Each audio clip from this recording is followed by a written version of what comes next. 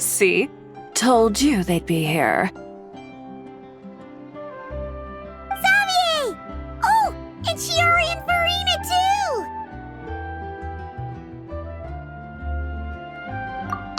Hydro Archon above! If it isn't my darling camera operator and clapper loader!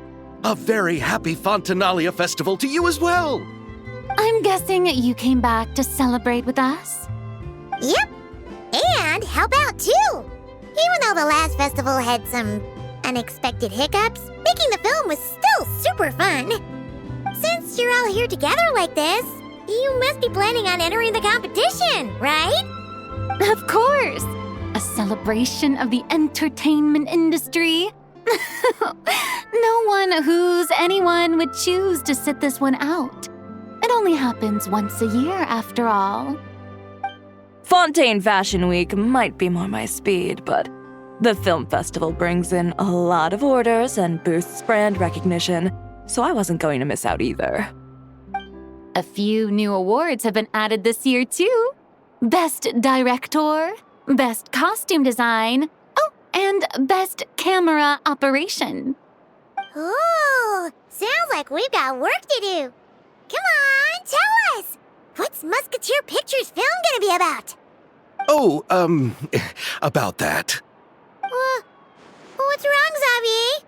What's with that look? Oh, man, you weren't scammed by some shady investor again, were you? No, even I'm not naive enough to fall for something like that again. Besides, thanks to the fine people here, Musketeer Pictures has more than enough funds to shoot without investors. And yet problems persist. Huh? What do you mean? Well, we were planning to replicate our past success and shoot a film based on a popular novel. But as we were holding auditions for the female lead earlier today, a striking young mademoiselle wandered in by accident. Her disposition was simply ethereal, the look in her eyes somewhat melancholic. Oh, I wish you could have been there. The awe I felt can scarcely be put to words. You had to be there, friend. No matter where she stood, it was as if her surroundings, even the air itself, turned into the perfect shot. Guess you found your lead actress then? No, quite the opposite. My script is entirely unworthy of her. I fear it is. Nevertheless, I couldn't help but approach the mademoiselle to ask about her background and what brought her to Fontaine. What did she say? Sadly, she said her best friend was gone. After returning to her own homeland not too long ago, she decided to visit where her friend was from to remember them better. Oh, no wonder she looked sad. Yes, but that's when it struck me. Why not cast her as the lead in a film centered around her search for this old friend? Huh? You're gonna rewrite the whole script? But is there even enough time? Isn't the prep work super complicated? We might not finish. Think about the difficulties we faced with the two Musketeers. We had to start from scratch back then, too. I'd say we're ahead of the game this time. Guess so, but... Don't worry, Paimon. Shiori and I have evaluated the proposal, and we support Xavier's decision. I won't really need to start on the costumes until the cast is finalized, so it's not too much extra work for me.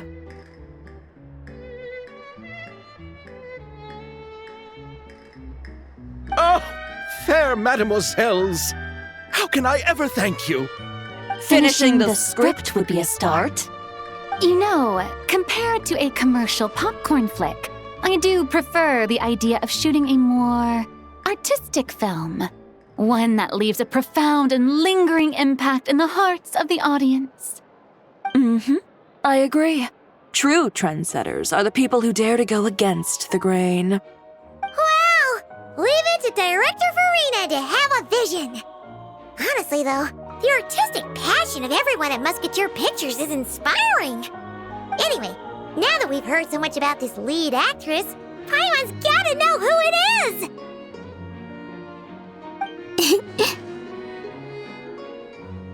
Ah! Columbina!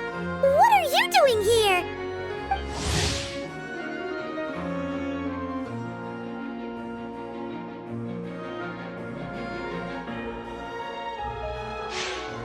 Hello. I was just walking past when I heard you talking about me, so I came over. Huh? You know Miss Columbina? Of course! Wait a second. Does this mean Columbina is the actress who inspired the whole rewrite?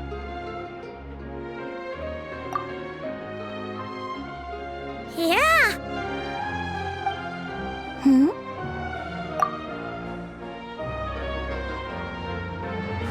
Wait, so did you make the trip by yourself, Columbina? Yes. I mentioned how I wanted to visit other nations once things settled down in Notcry, remember? So I went to the curatorium to ask Never for advice. She told me about the film festival in Fontaine and said it might be fun to visit. I spoke to Lauma before I left too, and she thought it was a great idea to get out for a bit. It's just, I received quite different travel advice from the two of them. Oh? How so? Well, Lauma told me to go out and experience new things and make new friends. What a wonderful suggestion! That's how a trip should be. What about Nefer? She said, don't trust anyone and don't talk to strangers. Yep, that sounds like her. I can understand that too. It shows this Nefer cares about you a great deal, Miss Columbina. Yes, so I plan on combining their advice. All I need to do is turn strangers into friends, and then I can talk to them. Huh. That kinda makes sense, but also not. Hey, Chiori. Oh, look who's back. Happy Fontinalia Festival, you two. Oh, looks like we have a superstar in our midst. How about an autograph, Big Shot? Haha, very funny.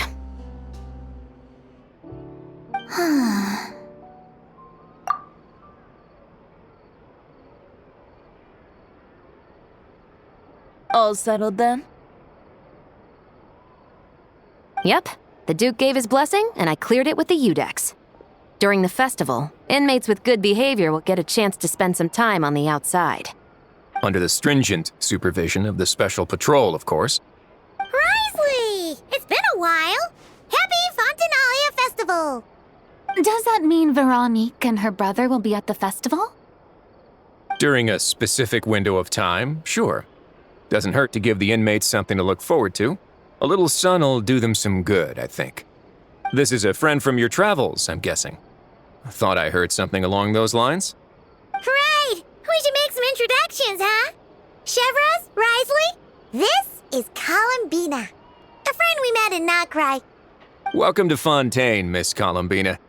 I bet the weather's been quite an adjustment. Yeah.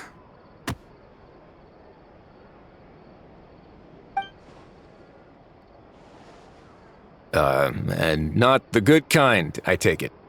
No, I quite like it. It's a lot warmer than Notcry. Then what was the punch for? Oh, should I not have done that? The flowers that bloom here are so vibrant, and the people are so kind.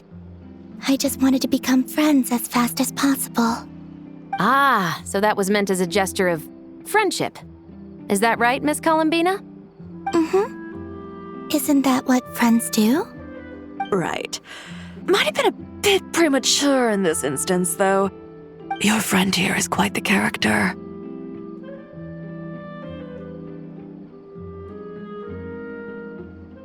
Good thing we said something. You weren't seriously gonna go around punching every single person in Fontaine, were you? No, just the ones I wanted to be friends with. That's not... What Paimon's trying to say is maybe keep the punches to a minimum until after sure you're friends with someone. If you say so. You're quite the character, Miss Columbina. So, are we friends? Of course. Any friend of the Traveler is a friend of mine. Yeah. Oof.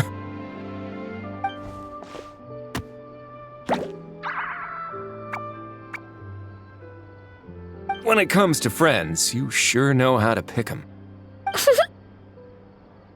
So Miss Columbina is the lead actress I've been hearing so much about. The whole thing about her aura is starting to make more sense. You gonna be part of the film this time too, Shivers? That was the plan. But now that Mr. Xavier has changed the direction, I don't think I'm in quite as many scenes. It's all for the best, though. A different crew asked me to help consult on some of their musket work.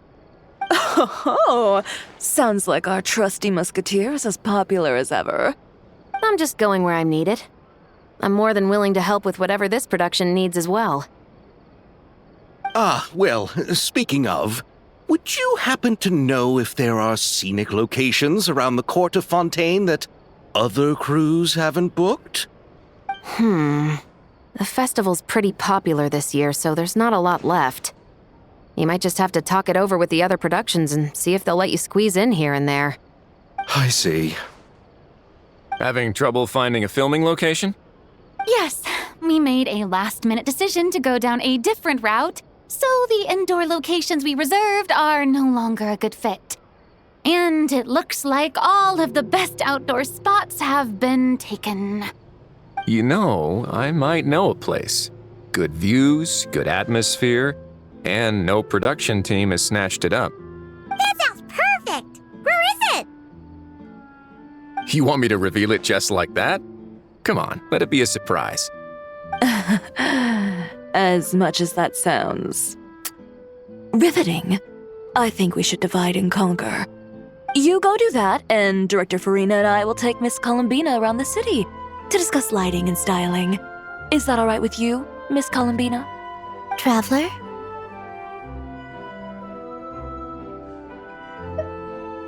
Yeah, everyone here is our friend. So don't worry about a thing and just focus on enjoying your trip. Okay. All right, then the Traveler and I will go check out this potential filming location. It might even give me some inspiration for the new script. I'll leave this to the Duke then. Until later, everyone. Maybe we'll run into each other on set. Okay then. Lead the way, Risley. Paimon's not built for suspense. Let's get this show on the road. Who said anything about roads? Huh?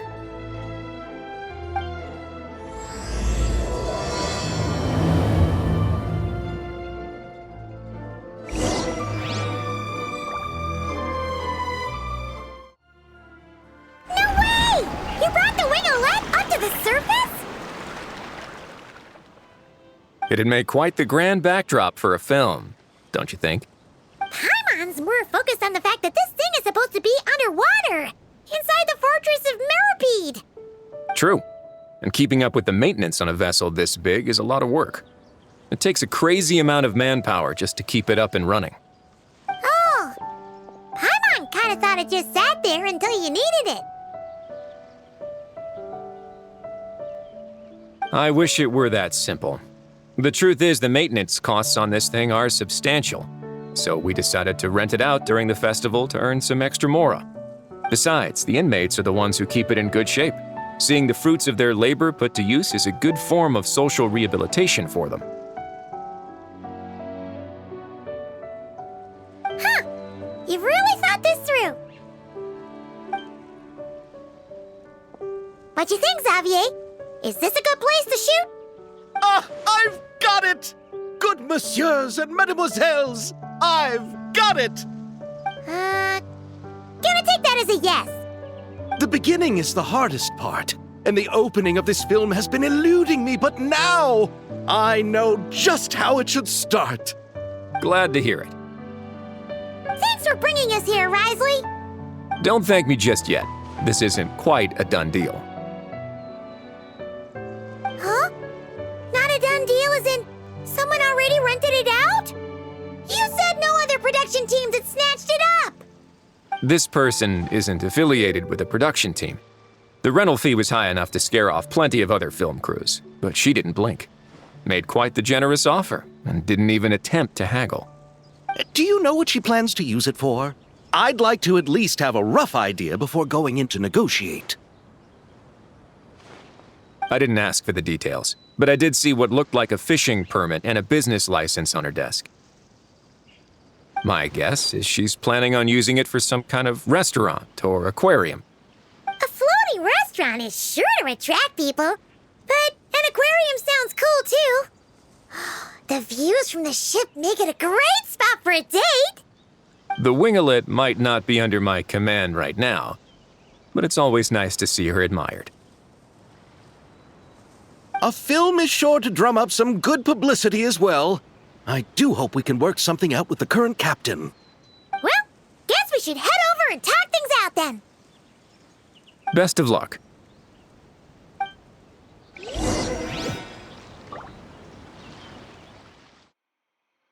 Wow! The winglet seems even bigger up close. The rooms are so spacious.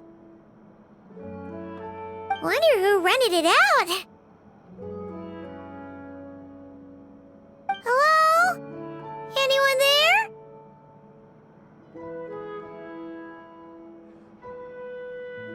Perhaps the captain had business to attend to elsewhere. But why rent such a massive boat just to have it sit here, without even leaving so much as a note? Let's try again.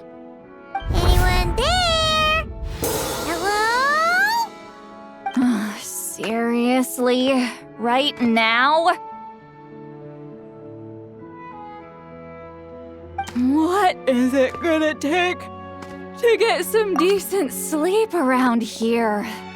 Is a nap too much to ask for?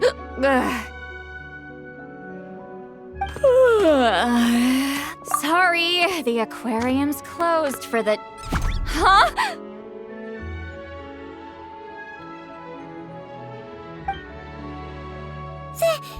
See Lolly? Traveler! Paimon! Hold on.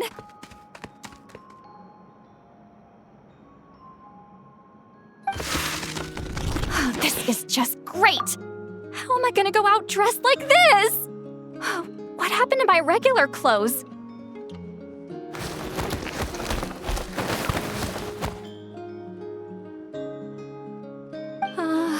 The wash! I put them in the wash after I drank too much and fell into the fountain.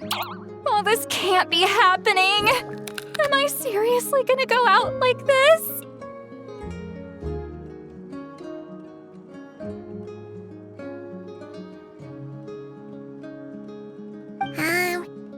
Think we might have caught her at a bad time.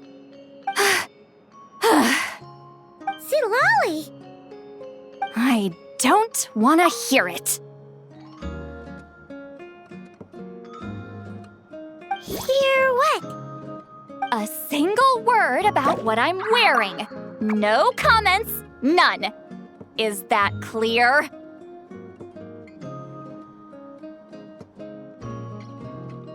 Oh, yep, Crystal.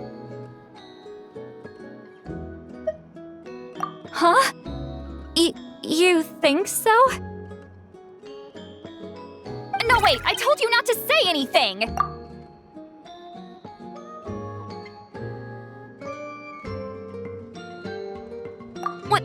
What was...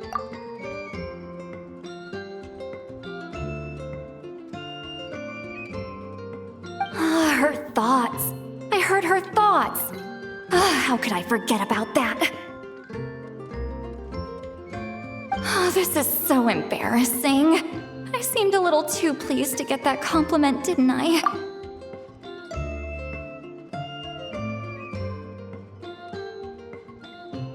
Wait, the mind reading went both ways. Does that mean the traveler's hearing all this too?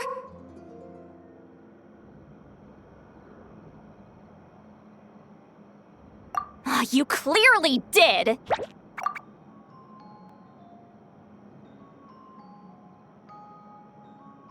Huh? not following. Nothing. It's nothing. Let's just move on. Did you need something? You're not here alone, I see. Hello, I'm Xavier, a film director and producer from Fontaine. I meant to introduce myself sooner, I just didn't want to, interrupt. No wonder we ran into each other in Fontaine of all places. You must also be in town for the festival then. That's right. We're helping Xavier with his film. In fact, we were hoping to shoot some scenes on this boat. You're the one who rented it out, right, Seed Lolly? Me? Rent a boat? I wish I had that kind of spare cash floating around. Not to mention the spare time. Don't get the wrong idea, though. I'm not here to sail off into the sunset and live out some cushy retirement life, okay? I'm not that old. Then why you dress like... how did you end up staying aboard the Wingolette? Well, I heard one of my favorite light novels was getting turned into a film, so I came to Fontaine to catch the premiere. Originally, I booked a room near the Opera Epicles, but I'm quite particular about where I sleep these days. I think it's an age thing. And that bed? I just couldn't sleep in it. I tried to find a different hotel, but with the festival, everything was completely booked.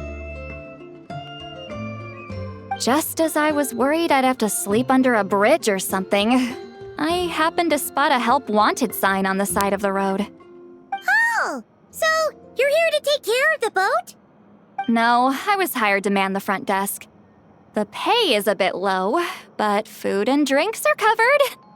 And it includes room and board during the festival. Plus, the job is simple. So I thought I'd give it a shot. Wow, they actually thought you'd be a good fit, huh? What? You don't think I'm cut out for it? All I have to do is tell people the aquarium isn't open yet. Other than that, I'm free to do whatever I want. It's a pretty sweet gig. That's all? Yeah, I was also kinda shocked. But it's not a lie. Head downstairs and see for yourselves. There's nothing but empty tanks. Not a marine animal in sight. Did your boss mention anything about being open to film crews using this space? Our production was hoping to film on the deck for a few scenes. No. That never came up. You could just ask her. Oh, she's around? What kind of person is she? We should know what we're heading into. She's nice enough, I suppose. Pretty reasonable, too. Even offered for me to move to a bigger cabin if I was too cramped. Back at the Masters of the Nightwind, I'm used to being the one giving orders. But working under her doesn't feel like being bossed around. She seems to respect what I think.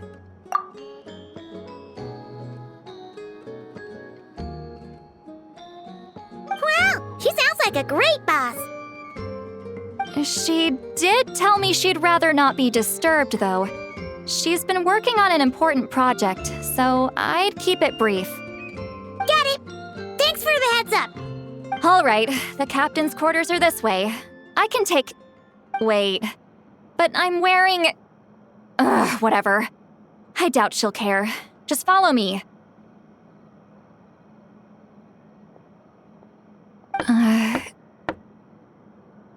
Miss Guillotin? These visitors were hoping to ask you about something.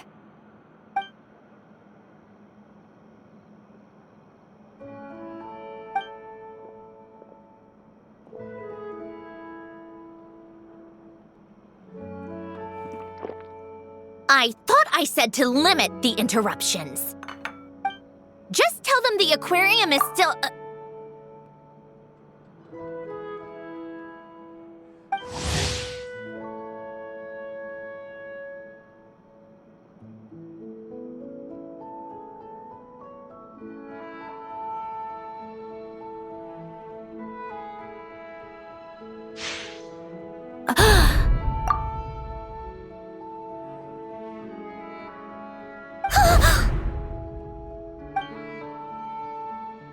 Sandrone, you're here? Huh? You know each other?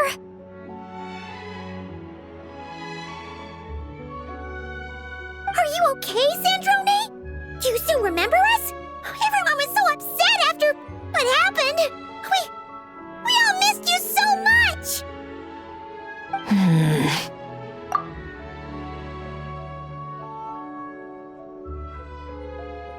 Miss Seat Lolly, why don't you escort this gentleman to the reception area for a cup of tea? I have something to discuss with these two in private. Ah, I see. Right this way, Mr. Xavier.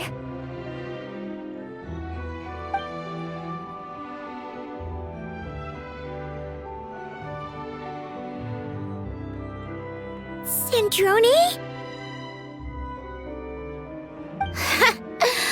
I really can't go anywhere without running into you two, can I? Are you okay? During the battle, your core, it was... Destroyed by that bastard Dottore. That's right. But as you can see, I'm fine now. No major issues. Or at least, there shouldn't be. Oh, what a relief! Oh, why didn't you tell us sooner?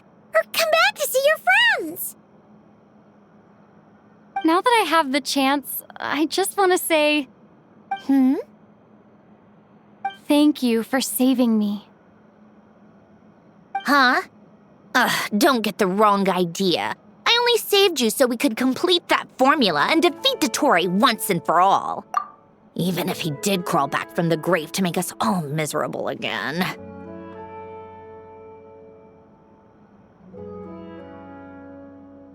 That doesn't matter.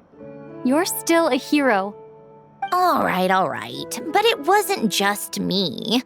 All I did was lend my brilliant mind to the cause and take care of one part of the plan. Although, I'm not denying it would have fallen apart without me. You got that right. You're amazing. But how did you go from From a lifeless pile of scrap to looking like this? Well, my mom was trying to put it a bit more gently, but yeah. Where do I even start?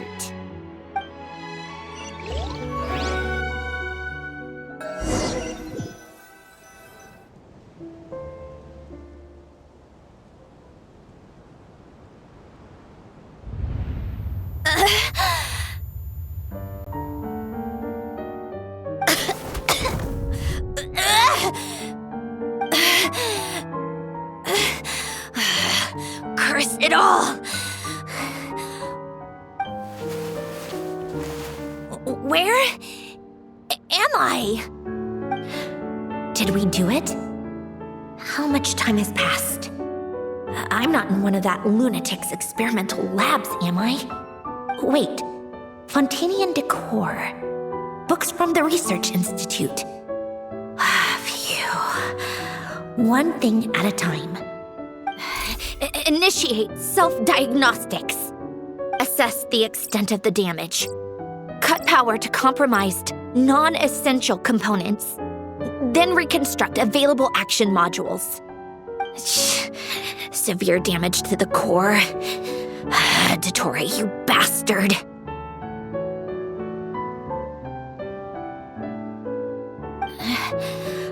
Polonia?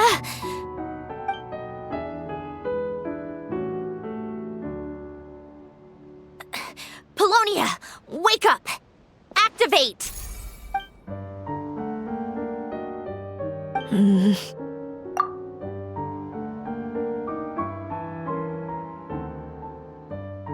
You're in even worse shape than me. Internal gears and energy circuits are barely intact. Extreme damage to the core, just like me. Rebooting is off the table. Even if I could repair the damage, I don't know if... You used up all your critical energy in those final moments, didn't you? To protect the core of that guy in the hat, and the numerological array. Wait, the array. Yes! The prototype is still here. But can I even run it in this state? Whatever. I have to try. I just need to confirm one thing. Activate the numerological array. Connect the computing core to my body. Just like I thought. It needs too much computing power.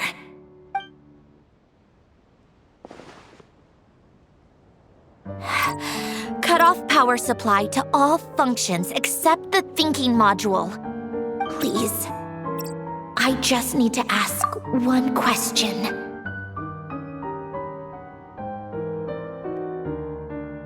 Initiate query regarding the 3 moon sisters. How many living moon goddesses are there in possession of the Trilunar Authority? 1. It worked. You did it, Columbina. You made it back. But how did I survive? The self-diagnostics showed damage severe enough to shut me down for good. What triggered the reboot? A built-in message? Only visible after a core reboot. The final gift. Alen! Were you the one who gave me this second chance? But why now? What activated it? What is that? A vision? Wait, no.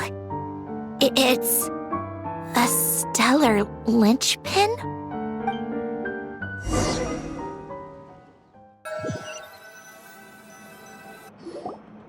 A stellar linchpin? What's that? You can think of it as a rare kind of vision. As for what causes one to manifest, well, that's still unknown.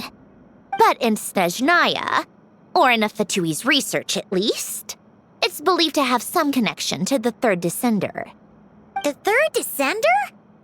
We knew his remains were used to create the Gnosis, but this is the first we're hearing about a stellar linchpin. You knew about the remains? Right, of course. Look who I'm talking to. Yes, the heavenly principles used the remains of the third descender to create the 7 Gnosis as a means to consolidate the Archon system. Visions result from that same system, so extrapolating from there, it's clear that the manifestation of a vision is also, to some extent, related to the third descender. Still following? For those that wield them, visions serve as a means to channel elemental power. The same is true of stellar linchpins.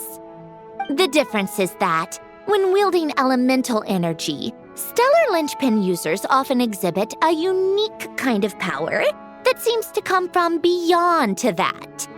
It's believed that, when a stellar linchpin manifests, impurities from the remains of the third descender get fixed in place. Hence, the name.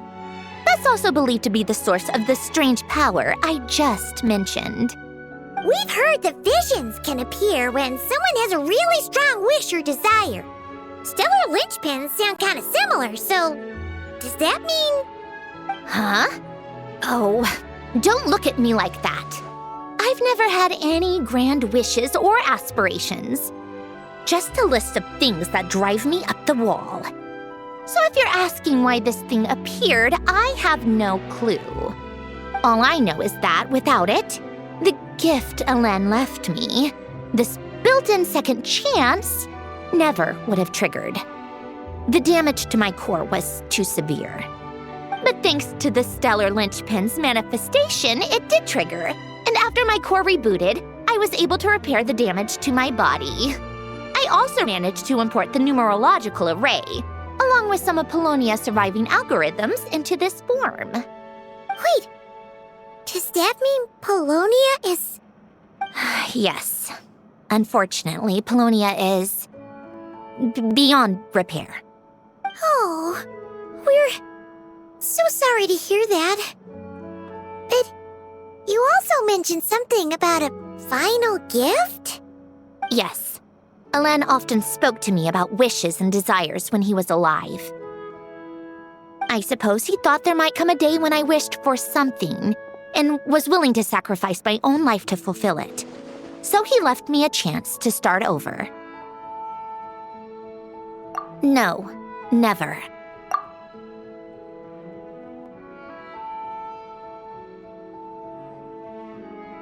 Alen once said I was his proudest masterpiece.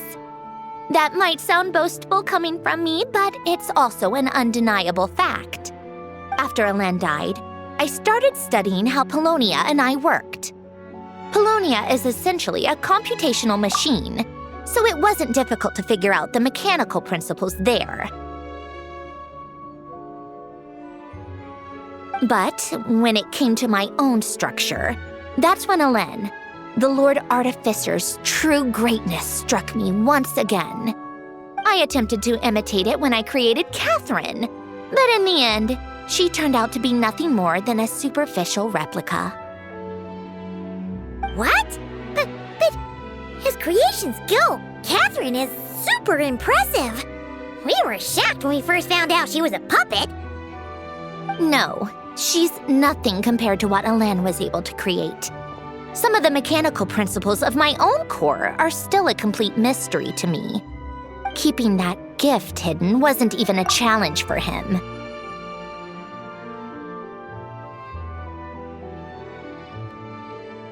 Just a shame I had to waste it on fighting Dottore. I just couldn't stand the thought of him coming out on top. If you put it that way, the world owes me a whole lot then, doesn't it? Wait, but all this still doesn't explain what you're doing here. Risley said you rented the ship and even had some kind of fishing permit? That's because I'm trying to go back to the place Alen and I lived when he was alive. My former home, I suppose you could say. The second chance wasn't the only part of the gift. According to the message, Alen left me a few other things that are stored in the house we shared together. I'm hoping that whatever he left me can help fix certain anomalies in my rebooted core. And help me understand why I received a stellar linchpin in the first place. Okay, so go back then. What does that have to do with fishing? And to think I'm talking to the saviors of Fontaine. Did you forget that the water levels have been rising for centuries? I can't just go back to the place I used to live because now it's underwater. Oh, right. With the rising water levels and changes in terrain, it's not just a matter of finding where it is, but also clearing away any sediment or debris. But Fontaine law prohibits unauthorized individuals and organizations from excavating underwater ruins. A Melazine caught me the minute I even made an attempt. Why not apply for authorization then? And face the endless slog of Fontainian bureaucracy. No thanks. Besides, I'm a Fatui harbinger. The diplomatic implications alone would be enough to give the gestionnaires at the Palais Mermonia a headache. A fishing permit, on the other hand, isn't difficult to obtain at all. Minimal paperwork required, and under the name Guillotin, the application was a cinch. So you're exploiting a legal loophole? Am I? That underwater home belongs to me. If I happen to chance upon it while doing some fishing, what's the issue with that? Of course, I do have to catch some fish to put in the aquarium, just in case the gestionnaires come to check up on things. That's also the reason I hired someone to man the front desk. Huh? But isn't that kind of a waste? He went to all the trouble of getting a business license and rented out this giant ship. Just for show? If you want to run an aquarium that bad, be my guest. Use the facilities however you want. I'm certainly not going to stop you. All I want is to go back home and see what other gifts Alain wanted me to inherit. Hold on. Enough about me. What are you two even doing here?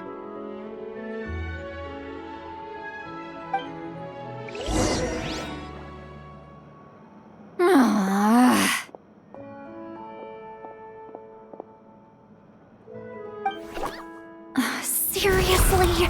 They've been in there forever.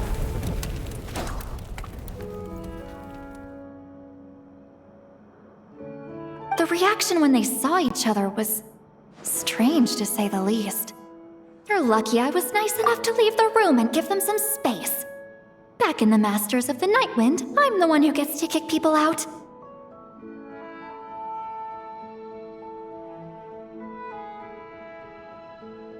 I just want to know what they're talking about. Should I cast a little eavesdropping spell?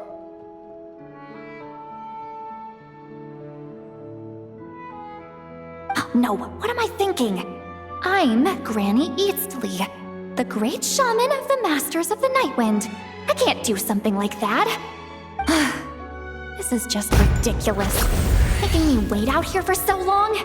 Where's their respect for their elders?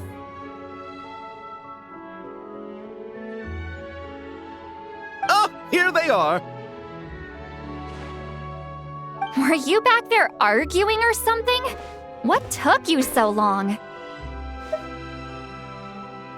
The two of you are already acquainted with Miss Guillotin, then? Oh, yep. But don't worry, we got everything sorted. Sanjurne agreed to let us shoot on the ship, but it has to be when she's not here. When she's not here? That's right. You'll excuse me if I didn't exactly ask for this little reunion. I wasn't planning on seeing anyone.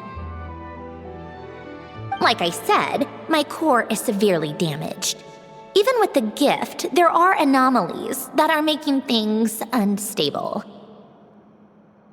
I don't even know if I can continue to function without issues. So the priority is to fix these anomalies and get answers to my own questions. Then, I can see the people that need seeing. Anyway, just let Sandrone know when you plan to film Xavier, and she'll, steer clear. I do hope I'm not causing Miss Guillotin too much trouble. No! She just wants to keep a low profile for her own, complicated reasons. She doesn't want anyone else to know she's here. Understood. I'll be sure to keep that in mind. Oh, and see Lale? Huh?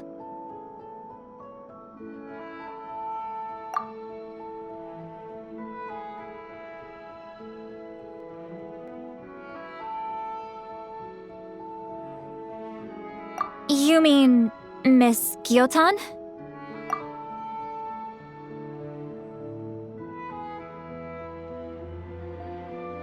What does she want?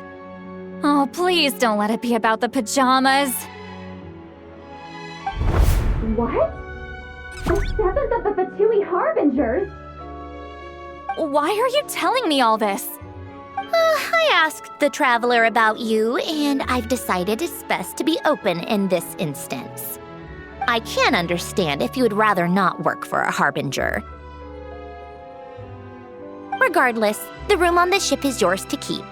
You're an acquaintance of the Traveler, and I plan to honor that. Wait, she's actually nice? It's not a problem. The captain also worked for the Fatui, and he helped Natlan a great deal. We know that there are good people among your ranks. Besides, I've been around long enough to know what it means to earn one's keep. This isn't Natlan, and I don't expect special treatment. Besides, sitting at a desk isn't exactly back-breaking work. I appreciate that perspective, great shaman. Seat Lolly. Just call me Seat Lolly. That title makes me sound so... old.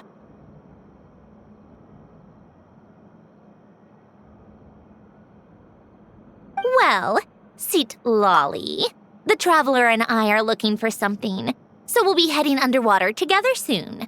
I'll leave the ship in your care while we're gone.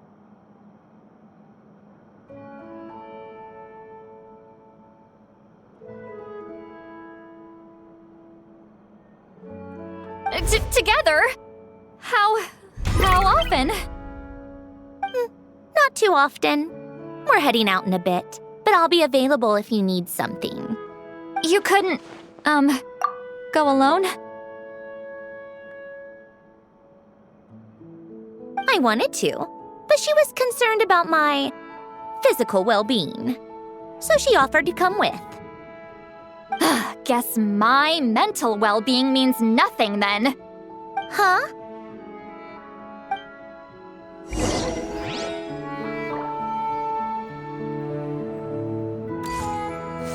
Just be quick about the whole thing, okay? Miss Guillotin is so generous. We talked it over and she agreed to let our crew come over and do some test shots while you two are out.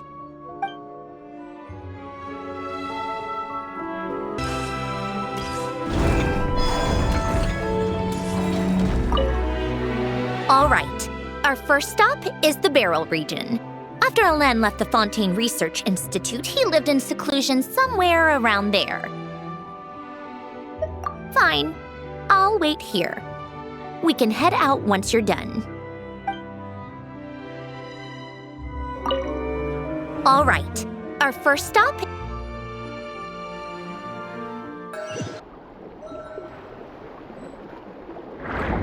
Huh. This place has changed a lot. Guess I really have been gone for a long time. Let's look around and see what we can learn. Oh, and don't forget to catch a few to take back. We need to keep up appearances, remember?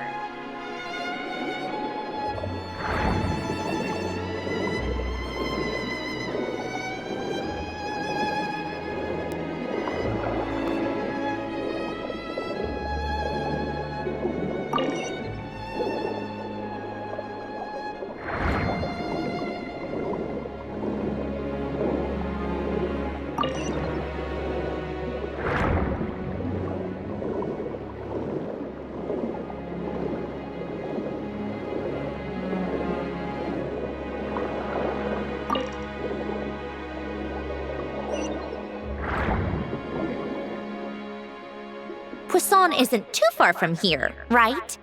It's all a bit nostalgic, I guess. Back when I lived here, all this was still above water. All right, I have a general understanding of the terrain changes and sediment accumulation. We can stop here for now.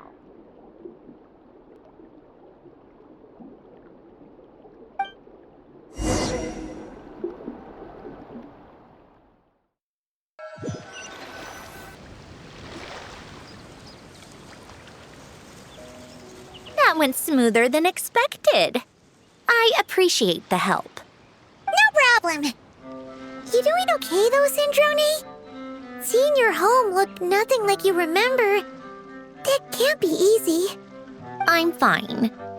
Times change. People change. That's the one thing you can actually count on. I made peace with that a long time ago. You should head back and put them in the aquarium tanks. We finished ahead of schedule, so your crew is probably still on the ship. I'll follow in a bit. Right. Xavier said he was going to test out a couple of shots. I'm sure. I want to take another look around on my own. Okay then. Want us to let you know when the filming is done? No need. Columbina relies on Kuvaki to perceive her surroundings. In Nodcry, her senses are heightened because Kuvaki is everywhere. But here, as long as she doesn't activate her abilities, her range of perception should be equivalent to an average person's line of sight. I figured that out back in Snezhnaya. That's oddly specific. I have hiding from her down to a science. So, what? Things might be a bit different now that she's merged with the Moon Sisters, but I doubt there's been a drastic change. The point is, you two can head back. Don't worry about me. Okay, if you say so. Come find us on the ship if you need anything.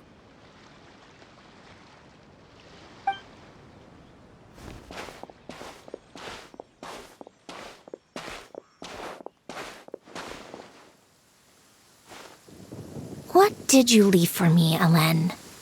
Did you know I would come back? Or did you make it so I would have to?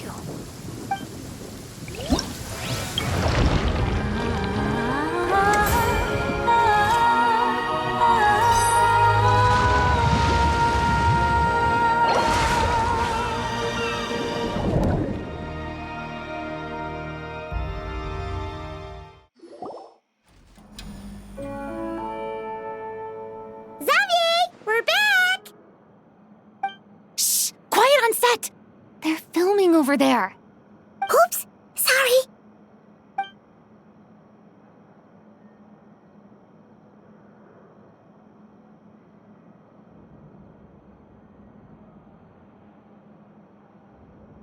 What's your take, Detective?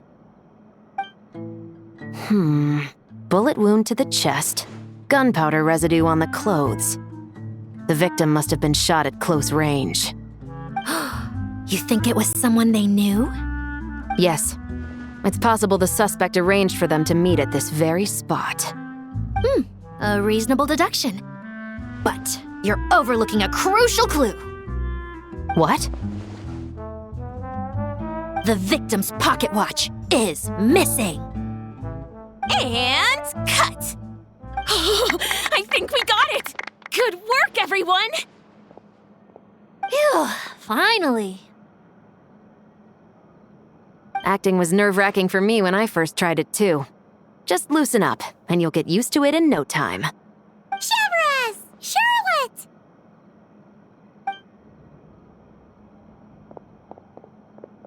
Oh, hello there, you two. You're filming here too? Oh, so Charlotte's crew must have been the one that asked you to help out, huh, Chevrus? Yep. They heard about a potential filming location and wanted to come check it out. But when we got here, your crew had already beaten us to it. Luckily, Xavier and our director, Lapine Pauline, go way back. In the end, we agreed to just share each other's filming locations. Considering all the last-minute changes, that's just what Musketeer Pictures needed. For sure! Based off the scene just now, you must be the star of the film, Charlotte! You bet! This detective costume really suits me, don't you think? Oh, for sure. You're already right at home lurking in the shadows taking pictures of this and that. Add a notepad and you're practically method. Thanks, Miss Chiori. I appreciate the compliment. That didn't sound much like a compliment to Paimon. So this is a film set? It looks like a very happy place. This must all be quite new to you, Miss Columbina. Yes. I watched a few films with a friend once, but she thought there was no point if I wouldn't open my eyes. So she stopped inviting me. Looks like I missed out on a lot. True, but being an actor seems like a tough job. Huh? Most people would swap lives with an actor in a heartbeat. The lifestyle is so glamorous, and the pay is more than generous. But they have to act out lives that aren't their own, with the whole world watching on in judgment. If they don't do it justice, it must feel like they're letting people down.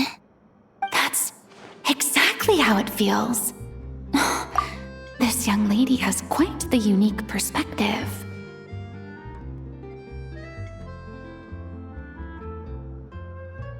Well, that's true. But these actors are here because they want to be and they think it's fun. Most of them, at least. Not to mention, the film we're shooting is based entirely on you, Miss Columbina. You just need to be true to yourself. I don't have to pretend to be someone I'm not? Not at all. Authenticity is what we're after. For example, this first scene opens with you on the boat, sailing to your friend's homeland.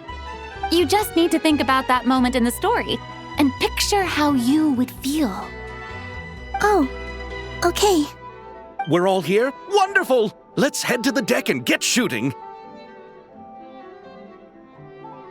Oh, and this is for you, dear Paimon, your clapperboard. Whoa! Is this the same one Paimon used for the Two Musketeers? The very same. I saved it just for you. Thanks, Xavier! Feels like being reunited with an old friend.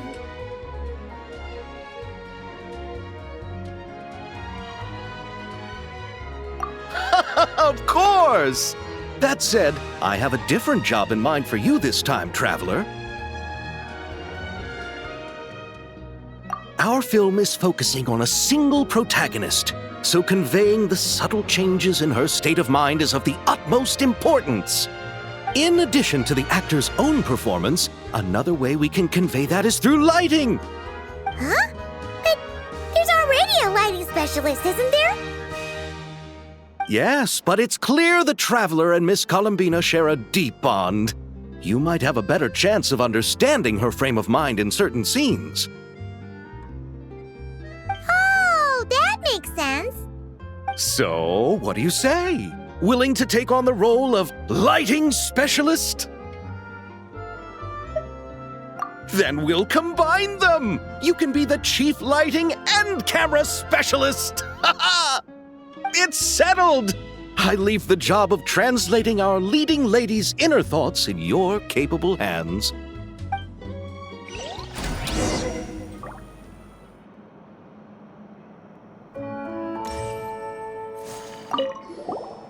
Oh, I didn't expect to run into you two on set.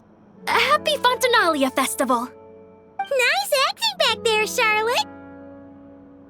Thanks. I'm, usually the one behind the camera, so it's actually pretty nerve-wracking being the center of all that attention. But I've known Miss Lapine Pauline for quite some time, so we work really well together. Miss Lapine Pauline prefers to assign roles based on our own personalities. She'll even adjust the script to make it a better fit. The scene from earlier was just me and Chevras, but Navi and Emily are also going to be taking part. Ooh, that's quite the lineup. Your film's leading lady also seems like quite the score. Just on first impressions alone, it's clear she's someone special. Guess we'll just have to wait and see who wins Best Picture and gets to go home with the Farina Award.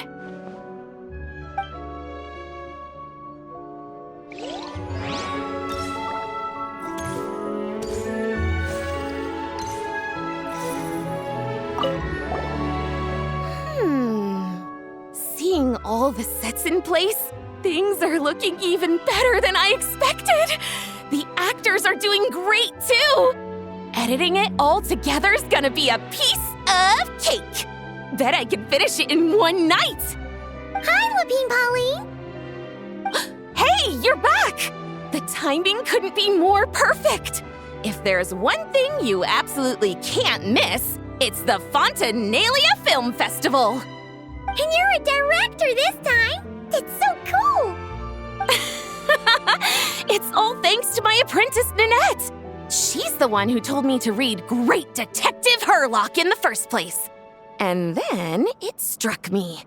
This would make a great film. What about your savings, though? You didn't... Yep, I went all in. Paimon was worried you'd say that. Oh, relax. It's different this time.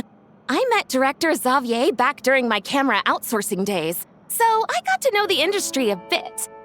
I know exactly what our film needs and what the fans want to see. So be sure to check it out. I'm confident we've got a winner on our hands. Sounds like it. But we've got some filming chops ourselves. It's definitely definitely still anyone's game. Then may the best film win.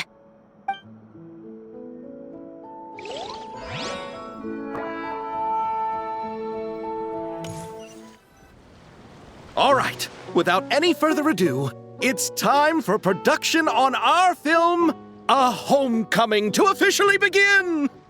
Turning it over to you once again, Director Farina. All right. Positions, everyone. Camera operator, clapper loader, get set up. Let me know when lighting is good to go.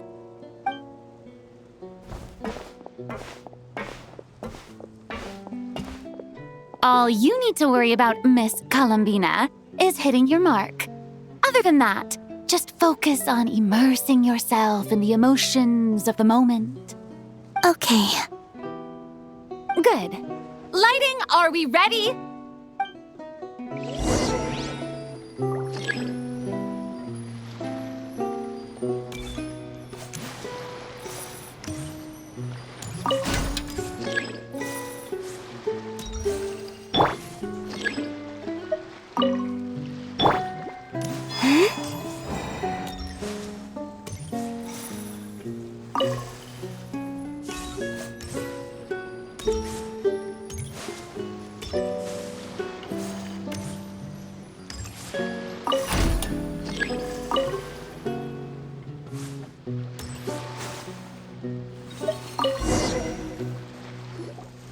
Ready. All right, quiet on set. 3, 2, 1, action! This is her homeland. Columbina. Cut! The emotions I'm looking for were definitely there. Let's just try to keep it a bit more natural. Oh, but definitely keep that gesture at the end. I loved how real it felt. You looked genuinely moved. All right, if you're ready, let's go for another take. Miss Columbina? That presence. It kind of felt like... Sandrone?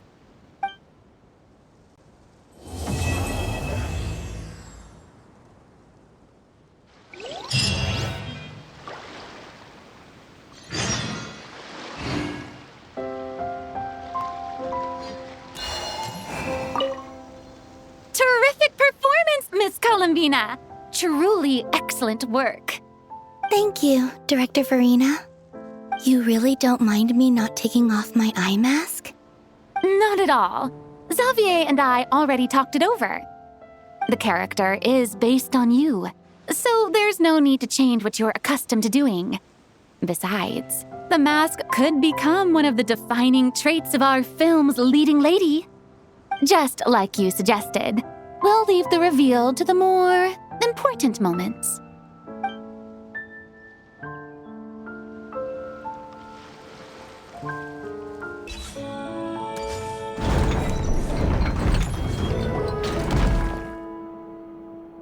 Ah, you're here.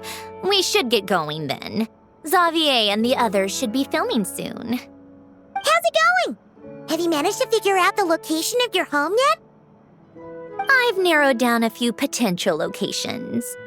We just need to take a sample from each one. Once the equipment analyzes them, we should know the exact location and where to find the entrance. Great! We should get started then.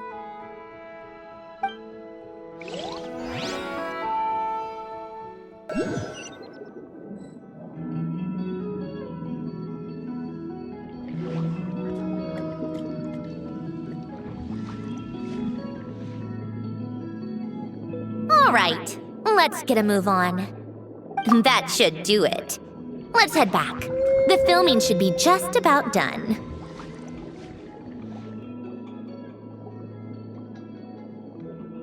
We made good time. We might even know the location by the end of the day. You sound pretty happy about that. Do I? I suppose I've just had enough of these anomalies I've been dealing with. The sooner I can fix them, the better. Anyway, enough chit-chat. We have work to do. Oh, but let's head in through the side door. I don't want to run into the crew on the deck.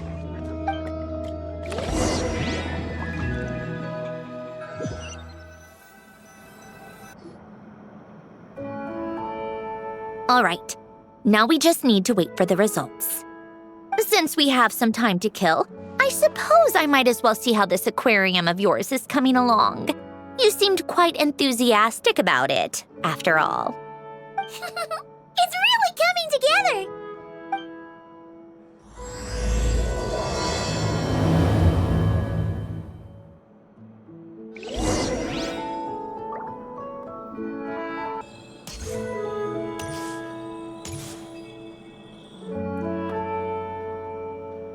Oh, kind of impressive, actually. These must be the ones we caught the first time we went underwater.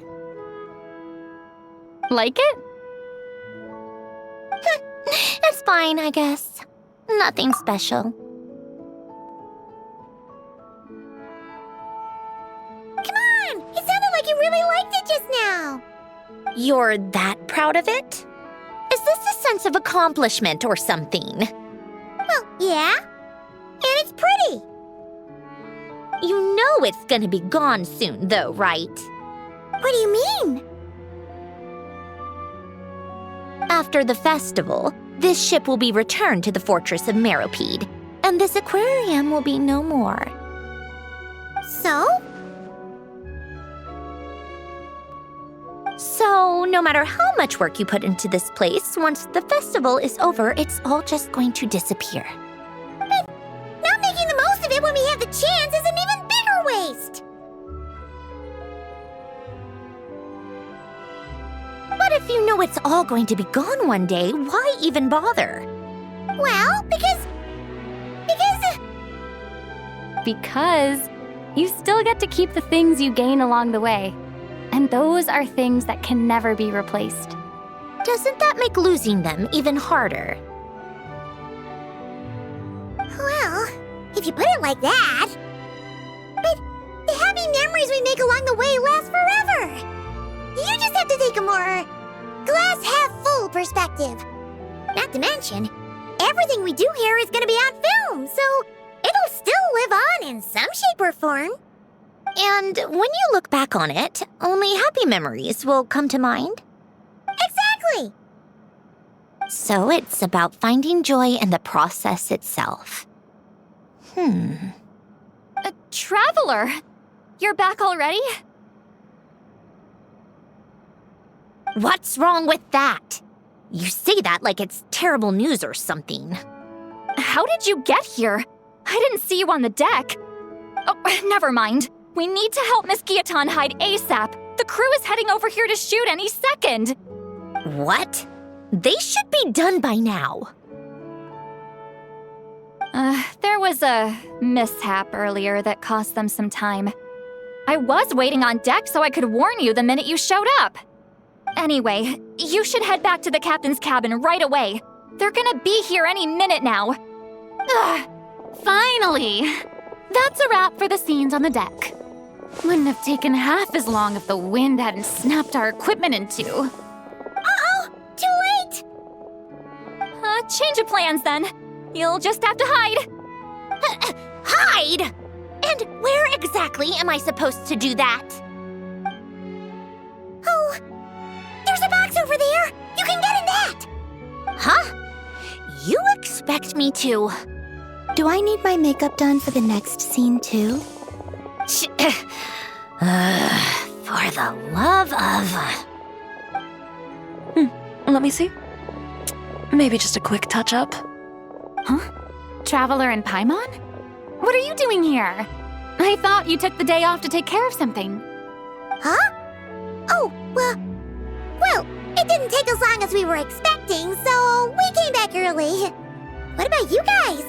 You're still not done shooting for the day? No, we ran into an issue that, set us back. It meant Miss Charlotte's crew wasn't able to wrap either. We both still have scenes to shoot in this aquarium. Oh, That's not ideal. For several reasons. Let us help then. The sooner we wrap, the sooner everyone can get some rest. All right. Thanks, you two. Miss Charlotte's crew can go first then. If I'm not mistaken, you still have a night shoot later. Thanks, Director Farina! Of course. Fellow artists should help each other out where we can. Agreed. Well then, camera, lights, get set up. Actors, give your lines a quick once-over. Let's try to get this in one take.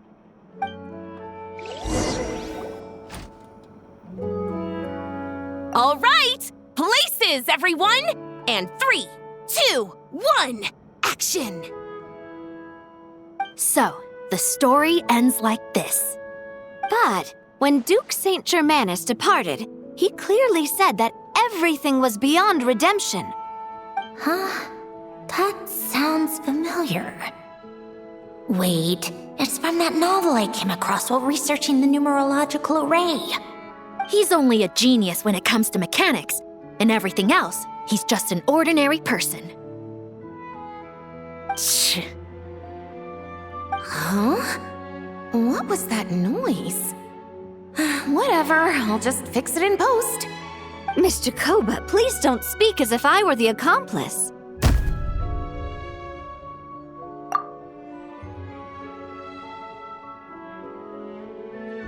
Not so hard. This box isn't sturdy enough for that. This is why I keep saying, don't put too much trust in Clockwork Mecha. Unlike humans, machines don't have a heart.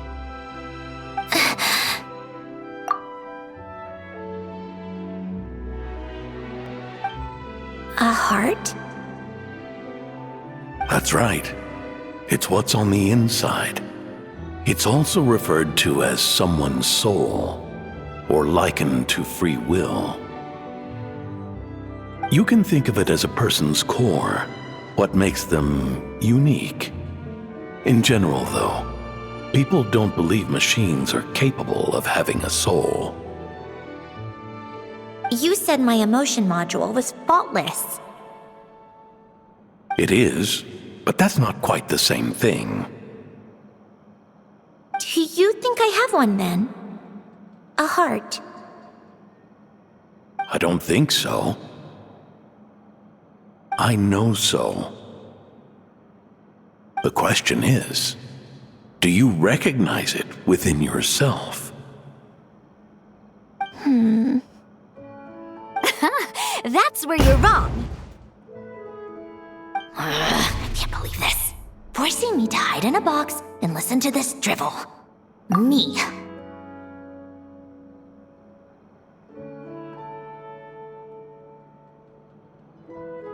In the end, clocks tick through tranquil years. Fish swim in crystalline springs.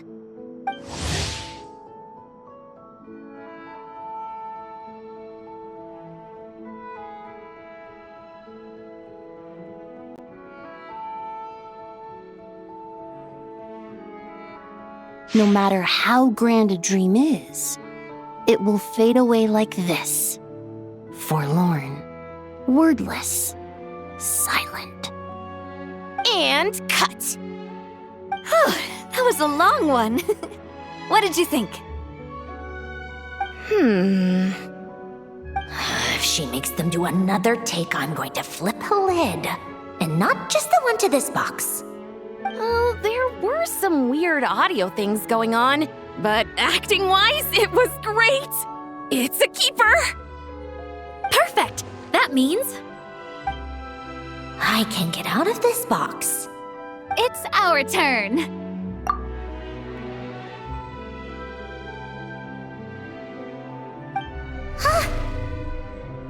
Camera operator, set up for the next scene.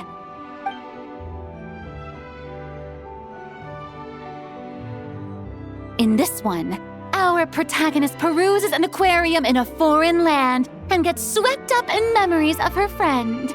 So, in terms of lighting, that's the vibe we're going for. Got that? Shoot. Paimon thought there would be a break and Centroni could slip away. What are we gonna do now?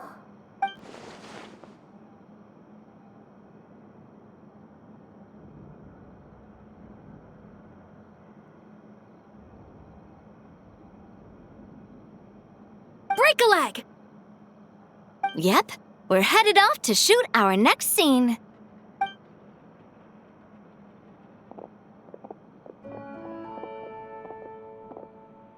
All right, quiet on set! We're about to start rolling. Ready, Miss Columbina? Miss Columbina? I think she would like this. Quick, we should roll on this.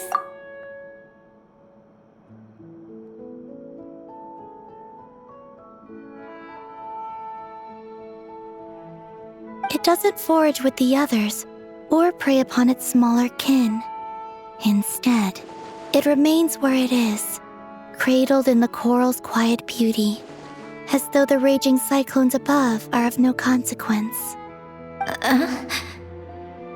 And yet, she still stood before the cyclone in the end. So I think that story has it wrong. She is no different than us. She has a heart. Columbina.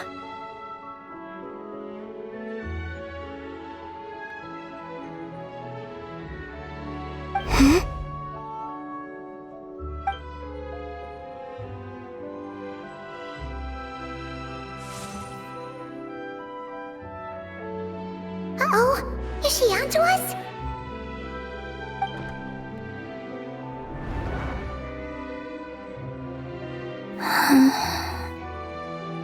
What is she doing? Cut! You okay, Columbina?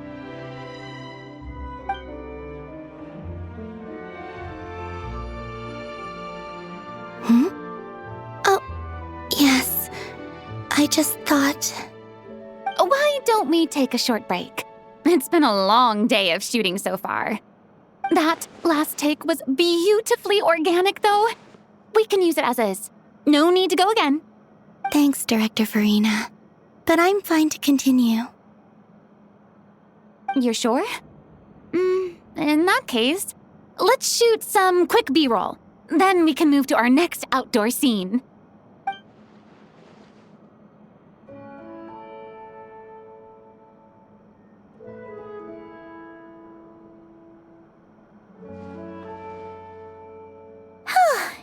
We're in the clear this time.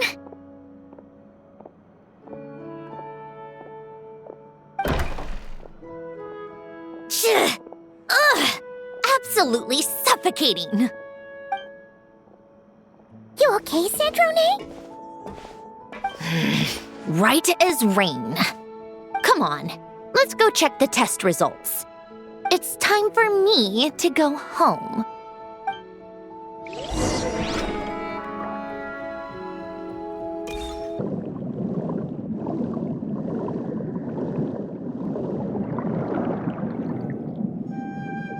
All right, it should be around here. Give me some space. I'll activate the water insulating mechanism.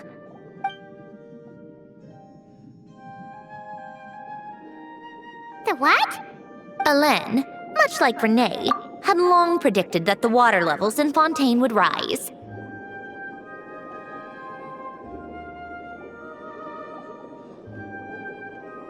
Thanks to his expertise in mechanics, he was able to implement a few simple measures to protect our home from flooding. I told him there was no need, that I would just move when the water rose too high. But it would seem he knew a day like this would come.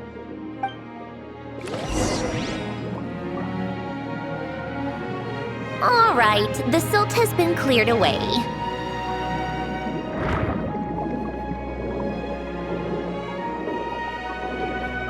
Go activate the mechanism for the first sluice gate. That will fill the empty middle chamber with water.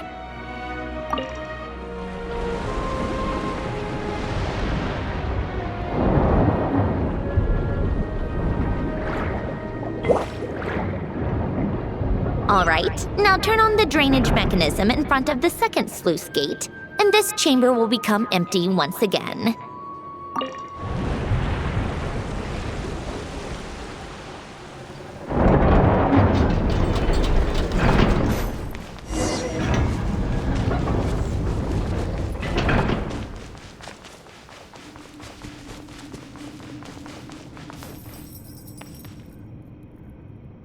So, this is where you used to live? It's beautiful! There's even a garden! Back when I lived here, it was my job to tend to the potted plants and flower beds. Still growing strong even after all this time. Who would have thought? If the weather was nice, I would take Alen out in his wheelchair and we would go for a walk. Before long, we started bringing Polonia along too. Come to think of it, I was the only one who could get around easily back then. Polonia always got stuck at some point, and it was up to me to launch a rescue mission. Happy? I suppose they were. Uneventful, but pleasant. Repetitive, but peaceful. It was like living in a world where time didn't exist. Of course, that was all just an illusion. Death still awaits all of us at the end. Oh. All right, enough standing around. Let's head inside.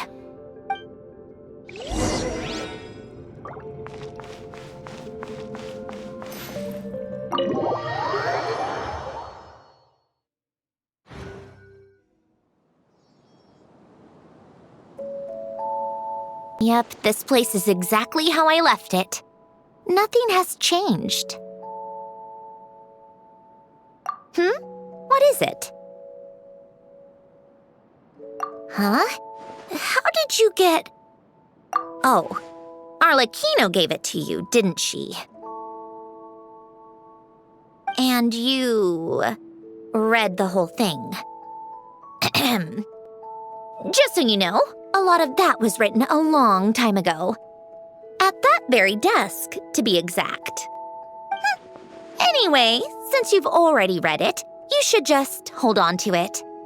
I can always start a new one. Well, feel free to look around.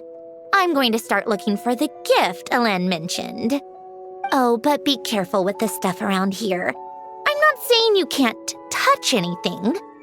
Just try not to choke on the dust. Coffee. Tea.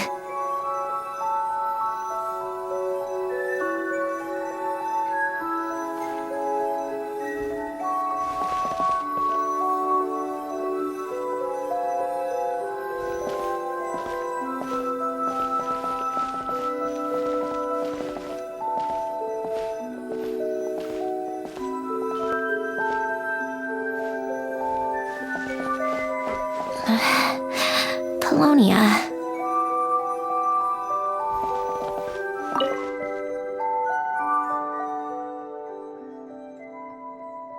This was Alen's workbench. Later on, of course, it became mine. It's where both Polonia and I were brought to life. Before Alen was bedbound, this is where he would teach me about mechanics. I would sit and listen, chiming in with questions here and there. Later on, when he got too sick, I took over and would work on Polonia here.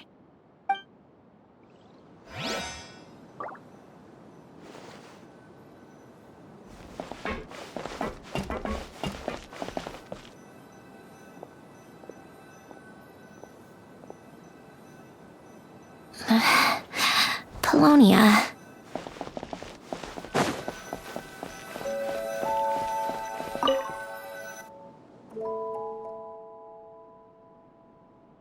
Oh, I played with these when I was little. During the first few months after I was created, I mean.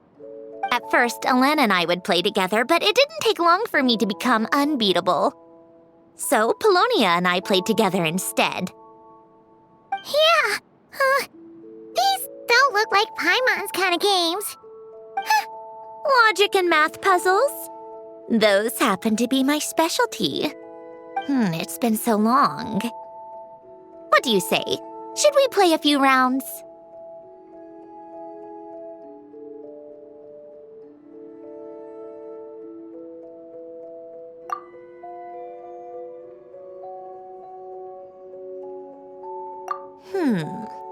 Let's go with this one.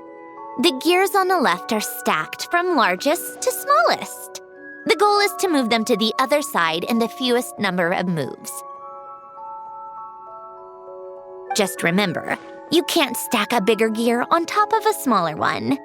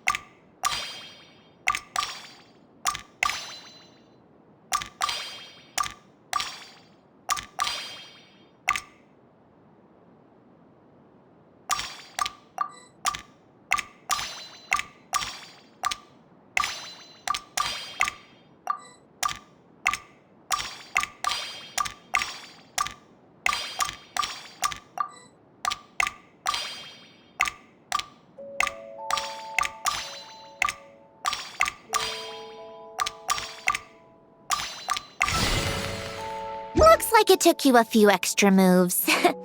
My first attempt was the same. You'll get better with practice. Well, what did you think of the game? You showed quite a bit of promise, too. We should do this again sometime. There are other puzzles we could try.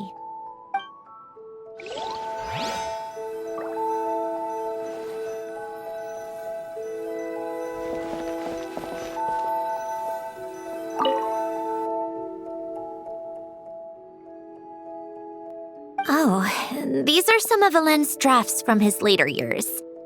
Just casual doodles, really. And these are just some unimportant letters. I couldn't be bothered to sort through them before I left.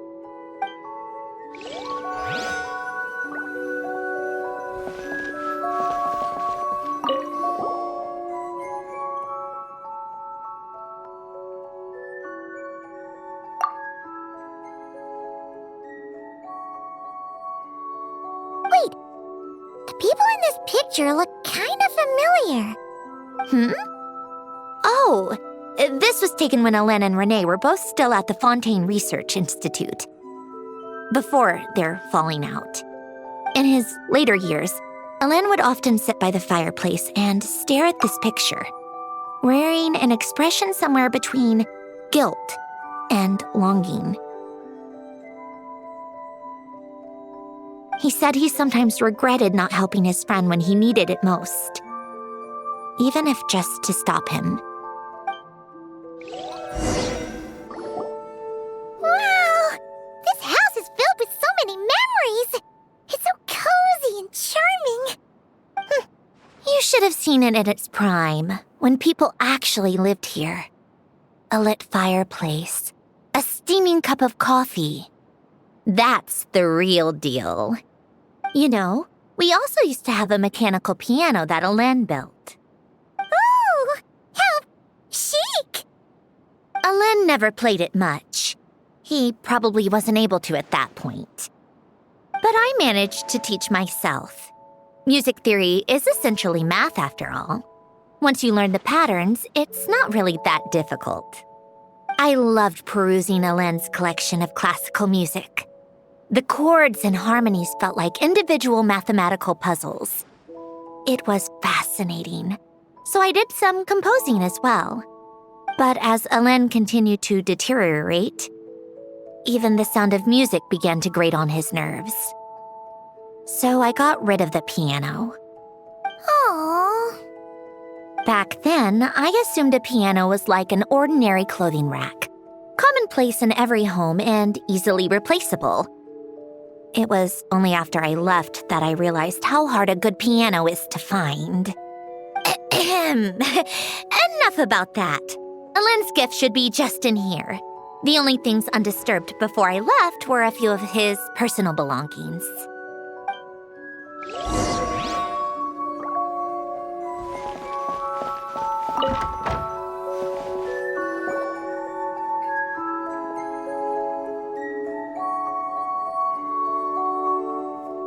Wait, there's a hidden compartment at the back of this box. Looks like it's locked with some kind of gear mechanism. Knowing you, Alen, I'm guessing it goes like this, then like this. Got it. Am I a genius or what? Let's see here. A box? Well, you gonna open it?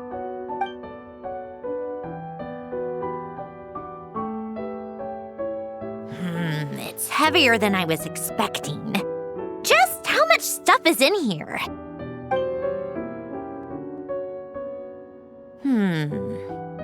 A letter? And a bunch of junk underneath it. None of it seems that important. Wait a second. This should be it. A cube? It's a multidimensional algorithmic core. Alen would use it to store information. Only Polonia and I have access. All right, I'll start looking into the core and the letter.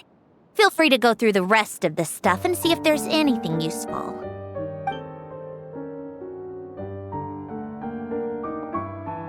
Okay. Hold on. There's another picture in here. This one has writing on the back. A snapshot of you playing among the plants shortly after you were born. You seem to like these flowers a lot. May you grow and flourish just as they do. Huh? Wow! Look how happy you are in this picture. You've changed a lot since then, huh? What's that supposed to mean? Just that you come off kind of aggressive sometimes. Or, annoyed at everyone around you? Well then, people should stop being so annoying. It's not like I'm the one with the problem. Of course not. Oh, here's something else. Looks like a piece of paper torn out from somewhere. Today, I solved another math puzzle and made a breakthrough on a construction problem the Institute has been stuck on for years. Am I a genius or what? No, wait, that's From now on, I should have people address me as Her Highness the Clockwork Princess, Unraveler of all reason.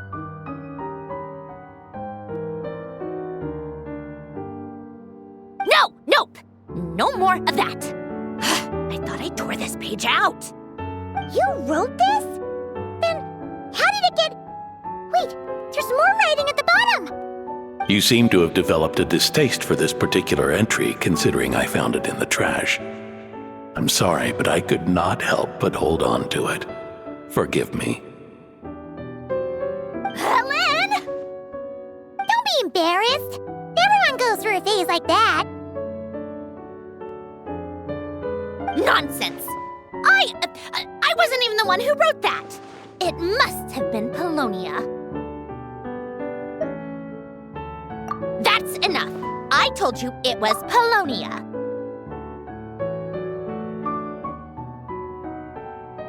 You know what? We're done with this. No more rifling around in the box. Just put it down and let me read the letter. To my little clockwork princess.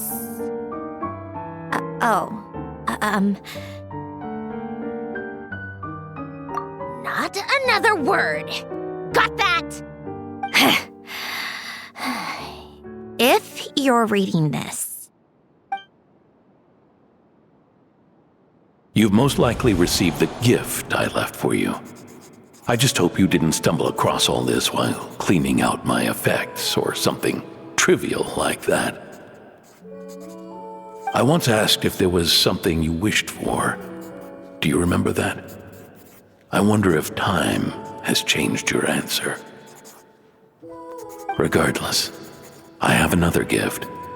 A formula that will allow you to come face to face with the anomaly inside of you. If you even still call her that. Why this gift?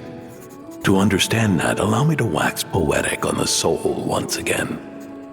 I would ask you to stick with me until the end, but I know you will. You always have. I believe a person should be born twice over in their lifetime. First, there's the birth that grants us life. Then, the birth of the soul. It's a matter of transforming the life bestowed upon us into the life we choose for ourselves. And to do that, we must look inward. We must make a conscious choice to define the meaning of our life instead of allowing the happenstance of our existence to pass us by. This is the process of recognizing the soul that lives within us. You are my proudest masterpiece. I told you that long ago. But to me, you have never been a creation or a machine. To me, you're just like the rest of us. You have a heart. In fact, some theories think of the human brain as nothing more than a machine, and thought the product of its computations. So you see, perhaps we're not so different after all. Your inner machinery is just far more advanced than most. No matter how one looks at it, the heart is a complex thing, a place where logic and reason collide with our emotions. Your computational capacity allowed you to become sentient and develop logical reasoning, but it also granted you something that, on the surface, might seem contradictory: emotion. Emotions and logic often clash with each other, and those instances of discord can accumulate over time. That is the source of what you refer to as the anomalies within you. As you told me once, you've always known what you don't want, yet you've never wished for anything in particular. Similar to how a blind person can feel when a part of their body is in pain without being able to fully visualize its form, such is your relationship with your soul. So, what I leave you now is this: a formula that will allow you to see the shape of your soul. For if you want to protect your heart, you must first be able to recognize it within yourself. Of course. Whether you use it is entirely up to you. You are, and always have been, free to do as you wish. Regardless, whether by my formula or some other means, I trust you will know your heart one day. You always were a fast learner, and the smartest person I've ever known. Ellen. Oh. I'm fine. I've already figured out how this formula works. Let's get out of here and then we can use it. You made up your mind already? You're gonna do it? Why wouldn't I?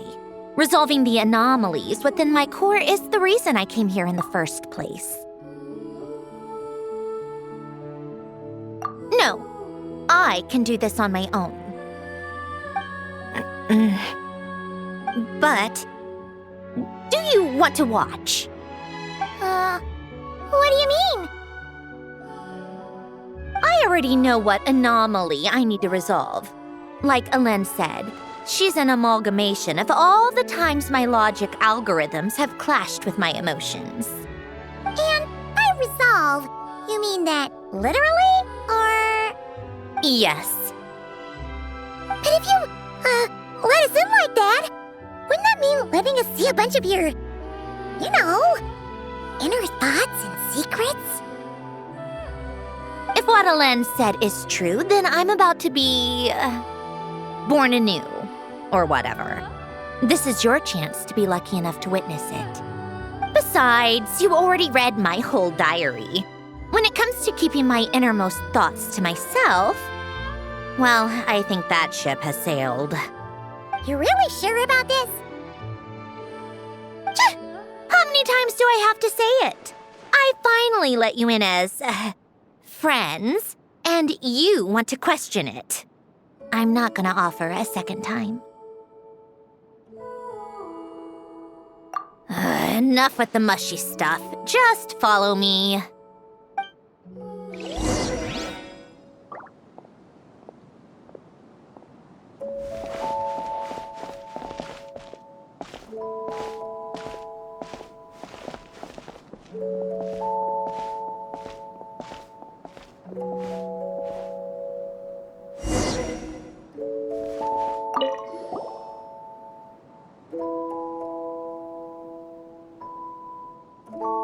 Right. With the numerological array, I can construct a simple formula that will allow you to experience what I see and hear in real time.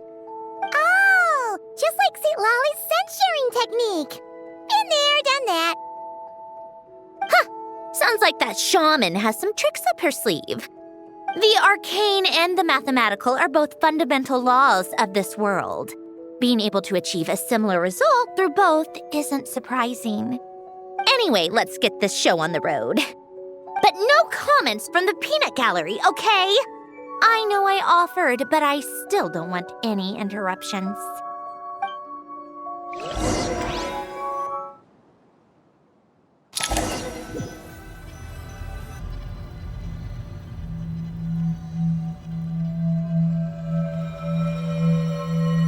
Is this my heart? No, it's probably just the result of a lens formula. A space dedicated to resolving anomalies. Huh. But it looks like the walls are all... mirrors? You made it. About time. Is that me? From the past? You just spoke of anomalies. Well, here I am. What happens when emotion contradicts reason? Shall we sit down and talk?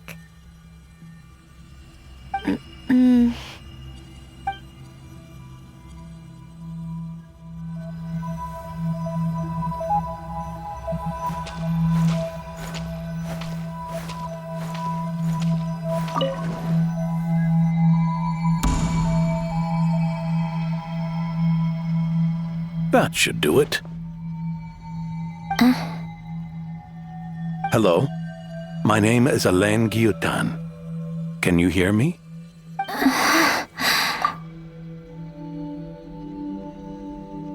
Brings back memories, doesn't it? The time we spent here. Here. I want you to have this. A notebook?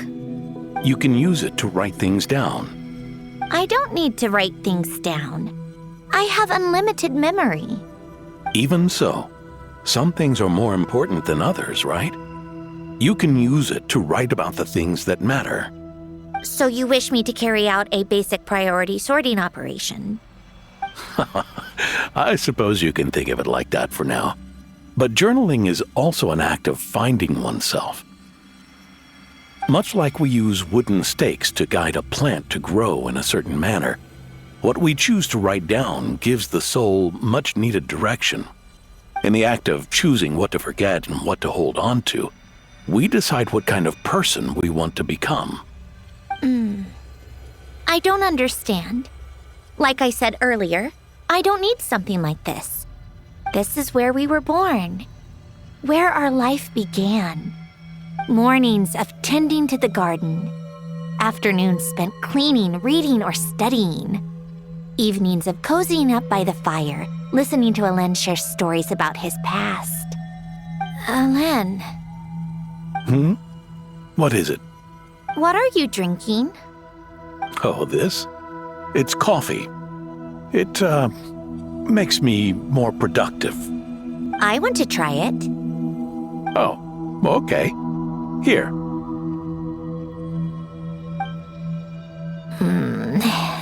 Bitter.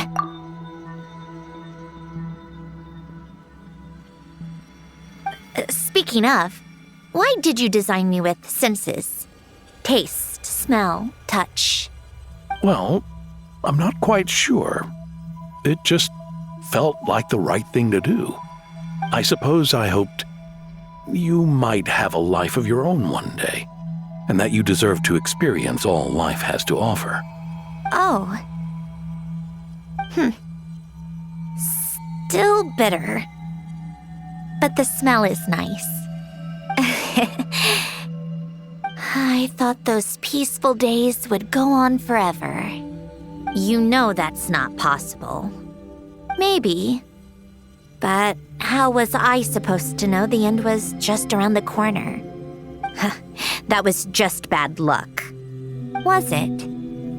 Well, it certainly became a pattern, now didn't it?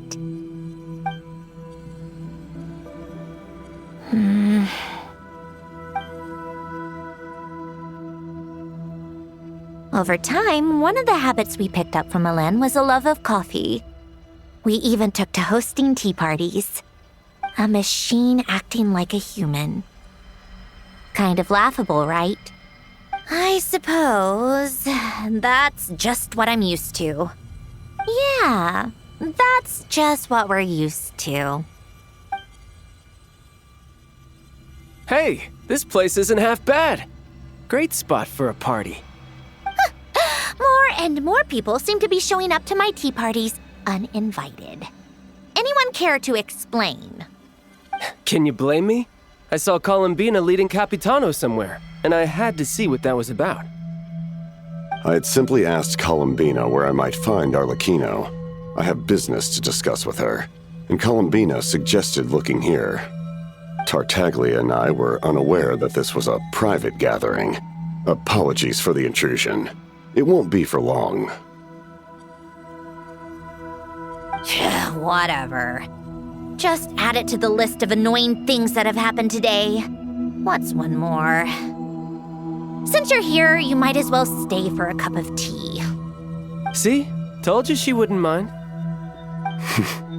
Much obliged, Sandrone. Well, look who we have here. Good thing I brought extra desserts. This has turned into quite the occasion. Capitano, I was just about to go find you. Pardon the intrusion. Rest assured, I won't sully your gathering with talk of work. We can have our discussion later.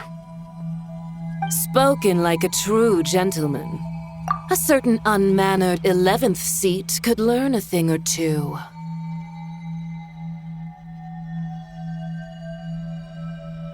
You know, you really should start being nicer to me, Rosaline. Or I might just snatch that 8th seat right out from under you. I'd like to see you try. If you're gonna fight, take it outside. The only mess I plan on cleaning up is tea-related. I still don't understand how our quiet afternoon turned into such a crowded gathering. One by one, people just kept barging in. And then, one by one, they left without a word. Yeah, pretty annoying, huh?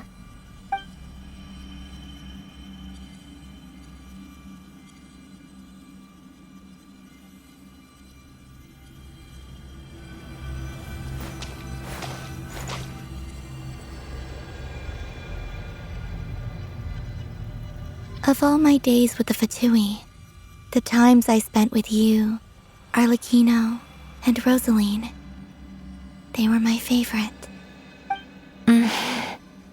Goodbye, Sandrone.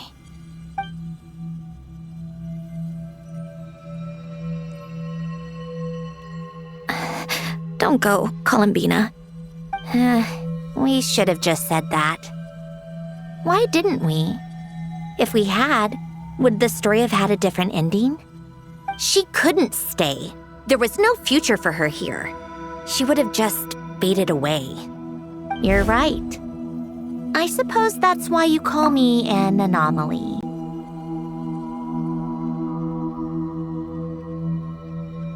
Every time you make a decision, there's a voice inside your heart. My voice, asking to contradict all logic and reason. Why didn't we make her stay? Is it worse to fight for something just to lose it? Or not to have fought at all? Don't you find it unfair? One by one, we keep losing the things we care about the most. But in the end, whether I want to fight for something or cry over all we've lost, you just push it down and pretend not to hear.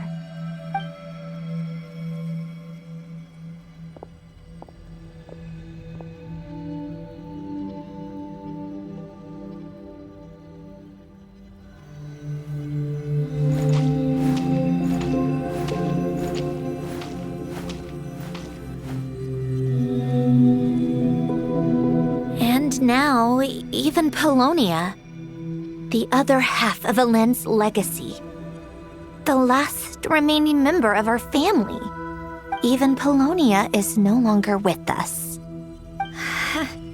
I did everything I could. But it's just like Alen always said. Polonia was one of a kind. There was no replicating what he managed to create. Don't you feel like our connection to the past is fading bit by bit? Like, even the things we have left are slowly slipping away. I suppose. But you can't move through life without having to say goodbye. And even as we experience loss, there are always new things to be gained. Ever so logical.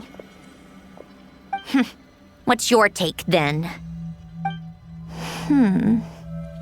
It feels like the more I care about something, the faster the world takes it away. It sounds so stupid, but I can't help it. That's the hand life has dealt me time and time again. Why even fight for something that's just going to be lost in the end? Better to never have had it at all. Better if it would all just disappear. Dark, I know. But the heart wants what it wants. Maybe the stellar linchpin appeared because of me. Because of what I wish for. I don't think so. Yeah, probably not. What an anomaly wants goes against all logic and reason after all. Well, go ahead and do what you came for. You're here to resolve the anomaly, aren't you?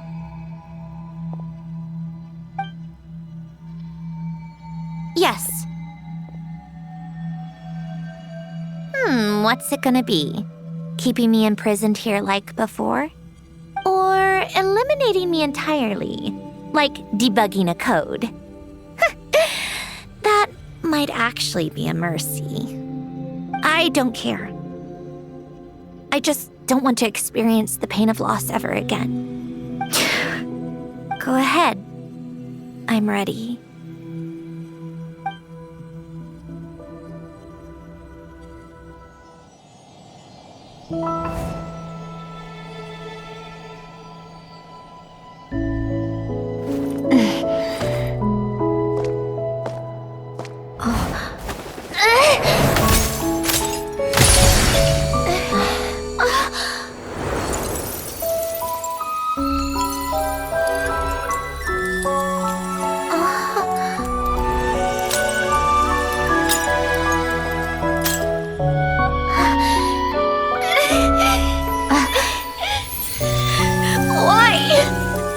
Why do we keep losing everything we care about?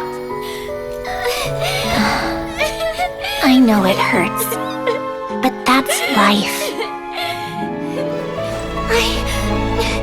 I wish... I know. I've always known. Because we've been one all along.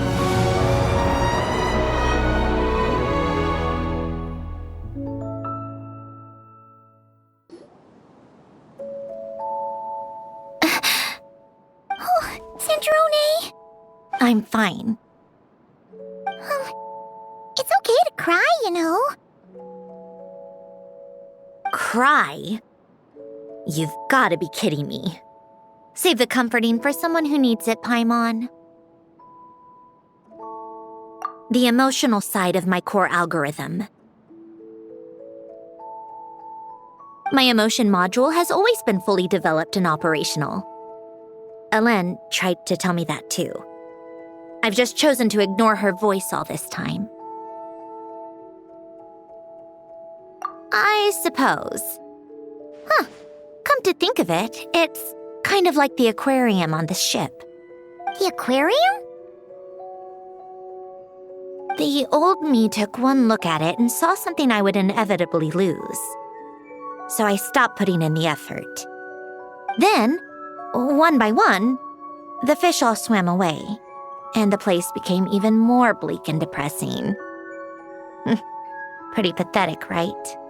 Don't say that. A lot of people would feel the same. It just shows how much you care about what you have.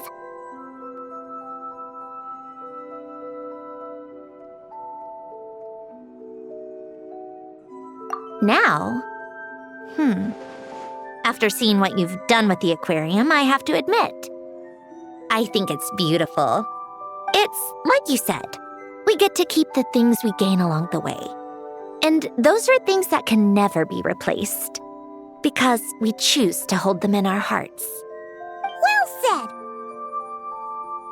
Besides, I've already died once. I'd be stupid not to make the most of this second chance. Right! Earlier your inner self mentioned something about her wish. What was it? You think that's something you can just ask and I'll tell you? Think again. I may have accepted my emotional self, but I'm not about to go all soft and mushy on the inside and pour my heart out.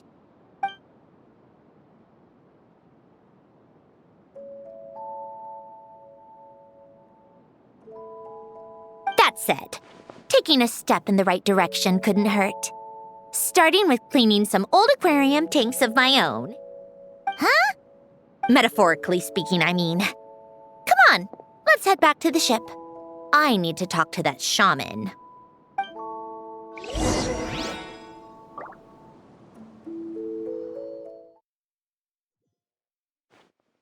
Huh? Resentful lost souls? You couldn't get comfortable sleeping near the Opera Epicles, right? Well, I bet that's why. The Fountain of Lucine is where all the water in Fontaine gathers. So that's where the emotions within the water converge as well. Hold on. If it's souls we're dealing with, feeling uncomfortable should have been just the beginning. I should have been able to hear their voices or something.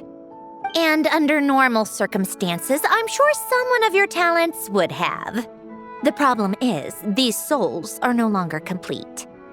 Remind me how they ended up like that again? You mentioned something about them being split apart? Yes, it's called soul severing. Renee of the Nartsitzenkreuz Ordo came up with it. After learning of Fontaine's impending doom, Renee thought if he could find a means for the soul to live on in perpetuity, it might ensure the world's salvation. Soul severing was the first step of his research. Unfortunately, his theory of the four orthants was imperfect at the time, and a failure along the way caused his physical form to dissipate. Jakob, another member of the Nartsitzenkreuz Ordo, sought to carry on Renee's legacy and restore his physical form. He even used some of the people who stood in his way as test subjects for his research.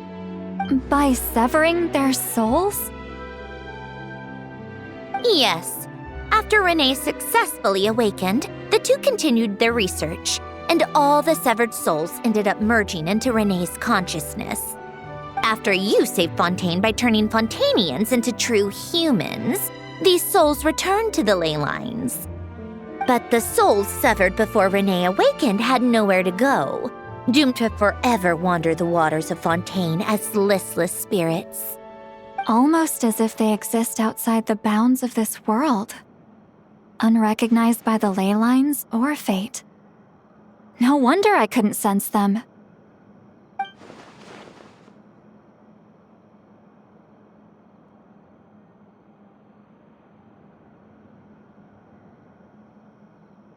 Not only that, but over time, they began to fuse with other entities.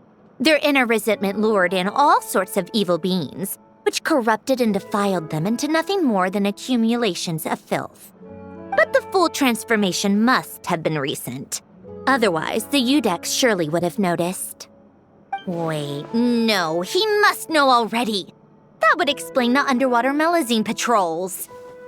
No wonder I kept running into officers from the Mara Chaussee Phantom earlier. In that case, let's go find Nervalette and we can sort it out together. No, not just yet. Why not?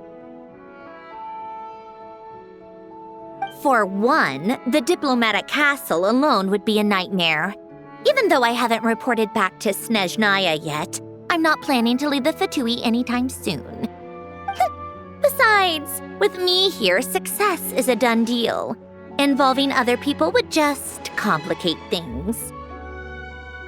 All I need is for Miss Seatlolly to help pinpoint the location of this monstrosity. Think you can do it?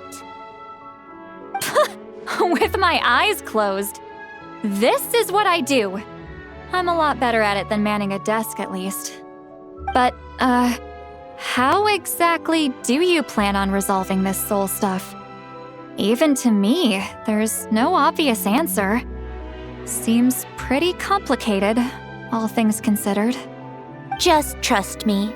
I have the perfect solution. Oh, all right. If you're that confident, we'll follow your lead. Why the sudden interest in helping Fontaine with this, Androne? You never knew Renee and the others, right? No, I didn't. And you're right. This problem has nothing to do with me. I wouldn't get within 10 feet of the Nartsitzenkreuz Ordo or its members. But in his later years, Elen told me he regretted not helping his best friend when he needed it the most. He also felt sorry towards Marianne for being too lost in his mechanical research to look after her properly. If he were still with us, I think he'd do the same. He might have a few choice words to say about it, but even after everything, he wouldn't leave his friend's mess for someone else to clean up. Friends shouldn't hold grudges or leave behind regrets. Fixing what happened between him and Renee was one of his greatest wishes. All I'm doing is fulfilling it in his stead.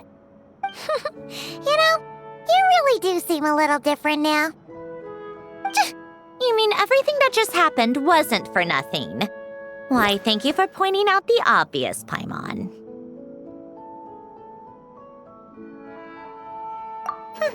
Just washing off the grime of the past. Turns out, a lot can build up after being ignored for so long. What's this about aquarium tanks all of a sudden? They go off on some grand adventure and what? Now they have their own private code? Stupid. All right then, Seatlolly. Tracking this thing down is up to you. Huh? Oh, right. No problem. You got this, Granny Eatsley!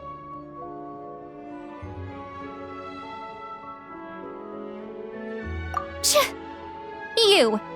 Come with me to Hotel de Boer for a drink. Right now. Why? Because I said so! Miss Guillotin, I'll report back on the location tomorrow morning. Just need a drink or two first to bolster me up. Well, don't let me keep you. All right, you. Time to go. I've got scores that need settling.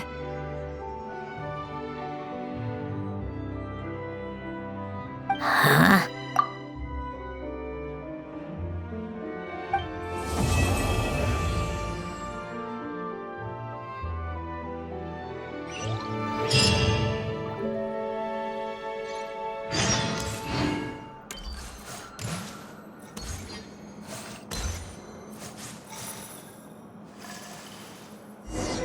Time to meet up with Sandrone! Wonder if Seatlolly was able to pinpoint the location. Well, we should know soon. Let's just hope it all works out.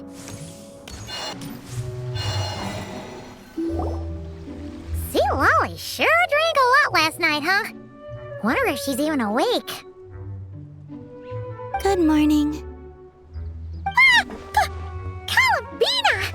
Oh, you sure know how to make an entrance. What are you doing here? We just finished filming a last-minute scene, so I came up to get some fresh air. The others are still down below discussing what the final scene should be. You mean, how it should end? Yes, they're torn between whether the heroine should reunite with her old friend or not. Ah, because the whole point is that she came to her friend's homeland to search for her, right? Oh, Paimon almost forgot the plot! Yes. Director Farina and Miss Chiori think a tragic ending where the two never meet would be more poignant. But Director Xavier thinks having the two reunite would make for a more touching and heartwarming ending.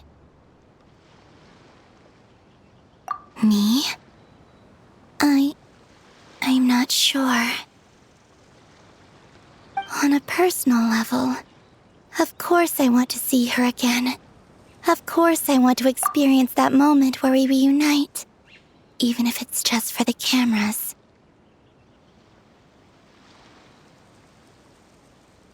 But that means an actor would have to take her place. And that makes me feel... Oh. Huh? Yeah, don't look so worried. Making a film is supposed to be fun. Besides, it's all gonna work out. You can trust Paimon on that. Work out? How? Well, you know. Yep, exactly. Okay, I trust you. I'll just focus on having fun for now. Well, well, look who we have here. Traveler and Paimon. Oh, the lighting specialist and clapper loader that never were.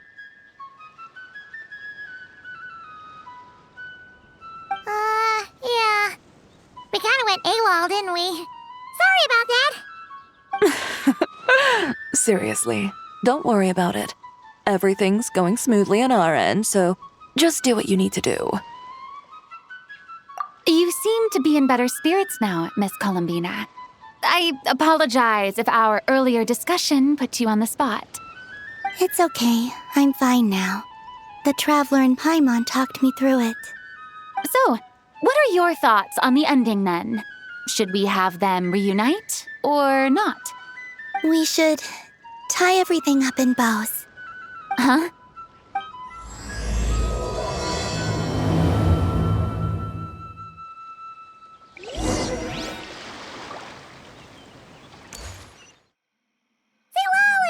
We're here! Oh, right on time. Well, yeah. We weren't the ones who drank our weight in alcohol yesterday. What? Are you suggesting Granny can't handle her liquor? It takes a lot more than that to get me drunk. Really? 'Cause, you stopped making sense after a while. Did I? Huh. News to me. I didn't say anything too crazy, I hope. Let's see. You spent half an hour bad-mouthing Auroron, half an hour complaining about work, an hour talking about light novels, and, Paimon kind of fell asleep after that. Are they gone? Oh, the crew? Yeah, we bumped into them on the deck, but they just left. Wait, but now that everything with your core is sorted out, what's stopping you from seeing Columbina? She misses you a lot. I just want to deal with this mess first. Besides, this is a perfect chance to make her jump for once. I have to plan it out more. But enough about that. Were you able to pinpoint the location of our target? Of course! When Granny Eatsley promises something, she delivers. Great, let's see. Morte region. Wait, this is the Tower of Gestalt. The place the souls were severed. Is that the source of the resentment? Or is it the Narcissenkreuz Ordo in general? Let me come with. This thing's movement isn't fixed. If it's not at this location when we get there, I can use a ritual to summon it. You've already gone to more than enough trouble. I don't mind. These old bones have nothing better to do anyway. Summoning a spirit isn't going to do me in.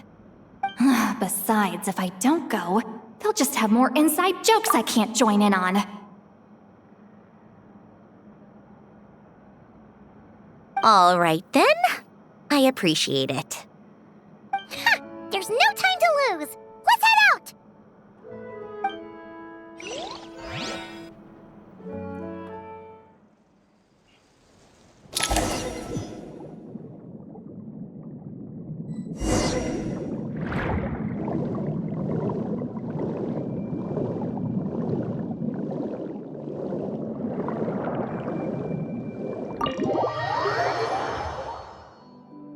No sign of it so far. Should I start the summoning ritual? Let's drain the water from this floor of the tower first. It'll make it easier to move around. Wait, we can do that? Of course. Alan and Renee both saw the future that awaited Fontaine and even shared a few methods for waterproofing buildings. The principle behind it is, not important. Just unlock the mechanisms in the order I tell you.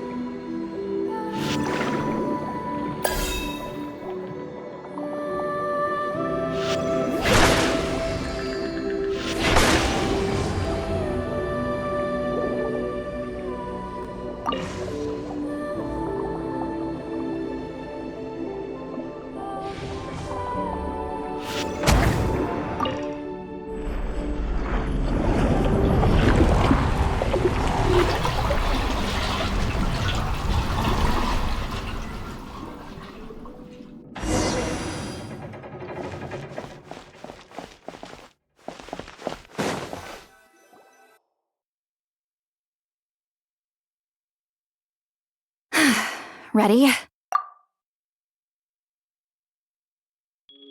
Yeah, when this thing appears, I'll try talking to the souls inside. But more than likely, they've already been driven to madness. If communication fails, we'll have a battle on our hands. In that case, Paimon better find a hiding spot. If a fight does break out, I should be the one to deliver the final blow. Trust me on that. Understood. All right, I need quiet. Wandering spirits drifting along the tides. Hear me now. Broken souls, silenced, torn apart, and forsaken. Follow the traces of the past and return to us. Let resentment recognize resentment. Let vile entities be drawn together. And in this place, take form once more.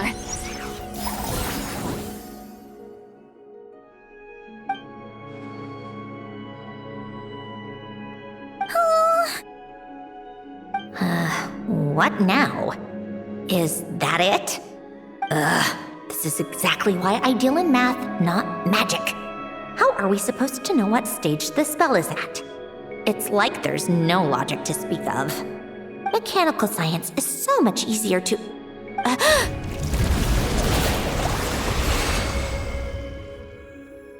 Watch out!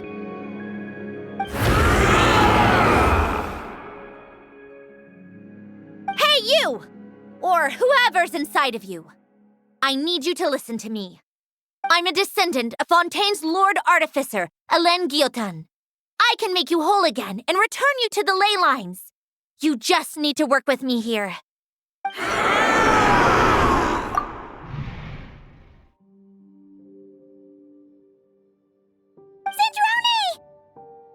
Shh.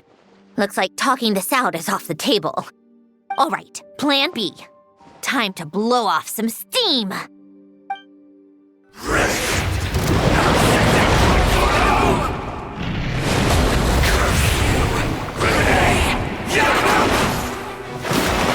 You're cursing out the wrong person. I didn't even know them.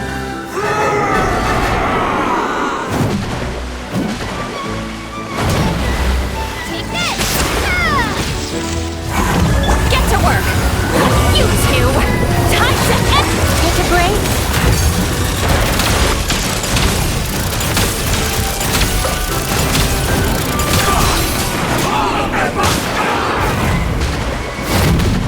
Most of them already did.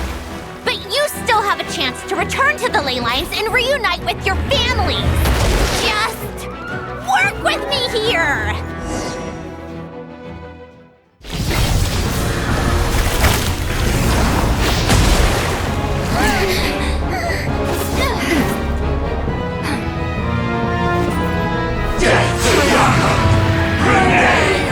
The Reckoner!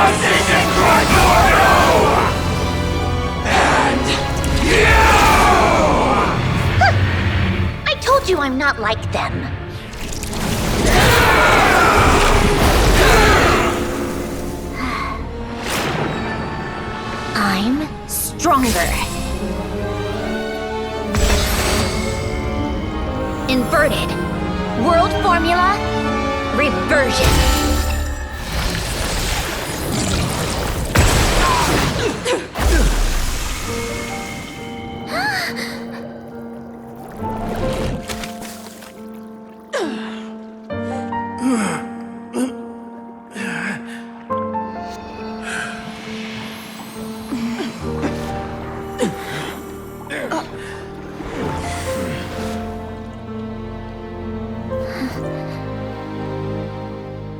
Be at peace among the tides, lost souls.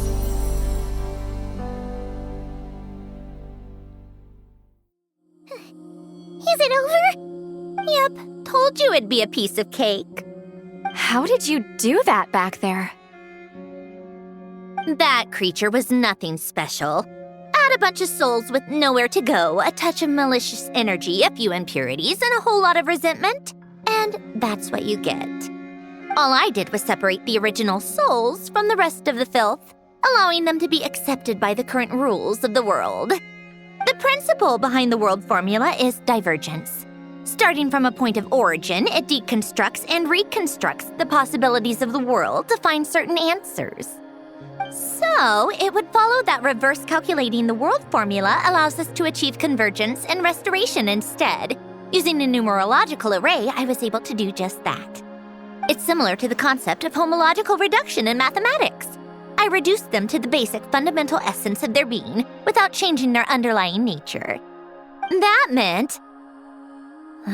never mind. Judging by all the blank stares, I'm guessing you don't actually care. I think I finally understand how Outlanders feel when I ramble on about shaman stuff. Point is, it was super impressive! You really are amazing, Sandrone! You're just realizing that now? Ahem. Enough about that. We should get going. I'll go reset the mechanisms inside the tower. See you back on land.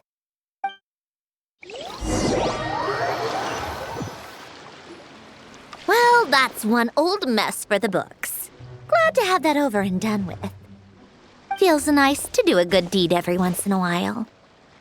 You helped everyone out a bunch in Not Cry, too. Kinda seems like you're just a good person at heart. I wouldn't be so sure. I'll be heading back to the Fatui soon enough. You two are too trusting sometimes. Fine. Just don't say I didn't warn you when it comes back to bite you. Well, where to next? Back to the ship? Yeah, your personal business, the Narcitsan Crates thing, it's all resolved. That means you can see the people that need seeing now, right, Centrone? Oh, everyone's gonna be so happy you're back! You wouldn't catch me dead admitting to this before, but... yeah, I really have missed everyone. Columbina's a special case, though. This time, I'm definitely getting her back for all her annoying antics over the years.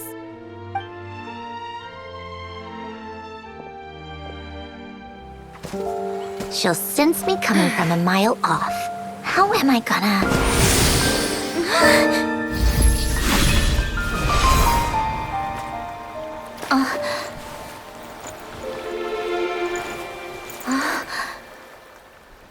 Sandrone? Is it really you? You're back? You didn't tell me. You avoided me. Why?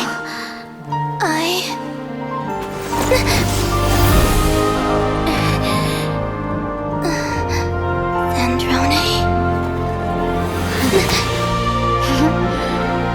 Now we're even. I missed you so much. That makes one of us, idiot. I'm here, Columbina.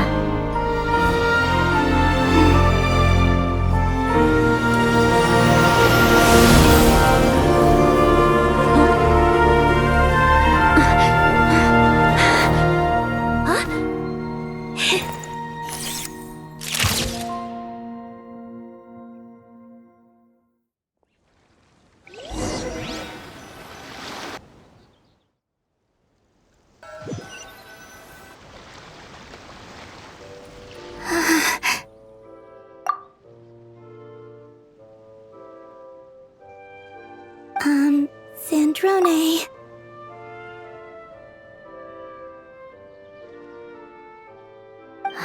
Don't ruin the moment. Or I'll start thinking about how you teleported me to a random location after I explicitly told you to stop doing that.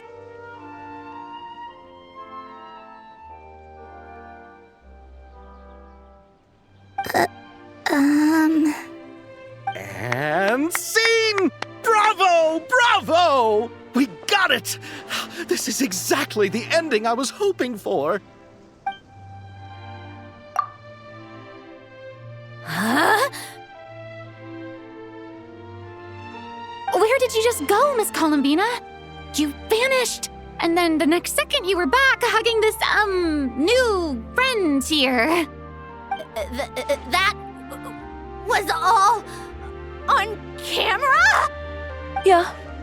Well, the camera was already rolling and it happened so fast, so yeah.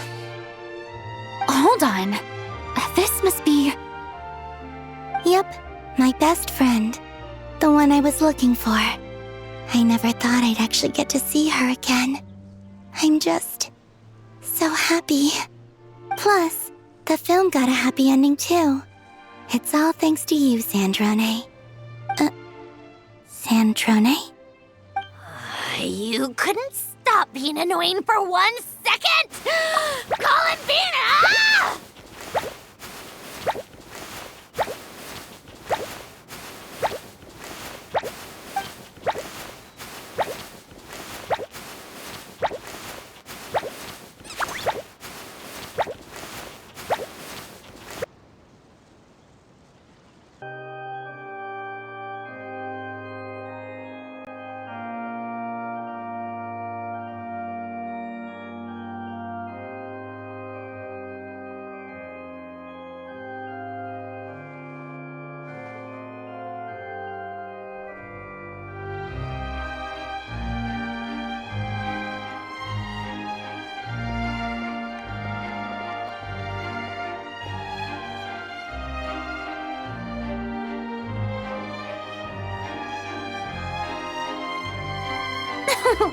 As expected, going to the opera house is the true way to enjoy a film.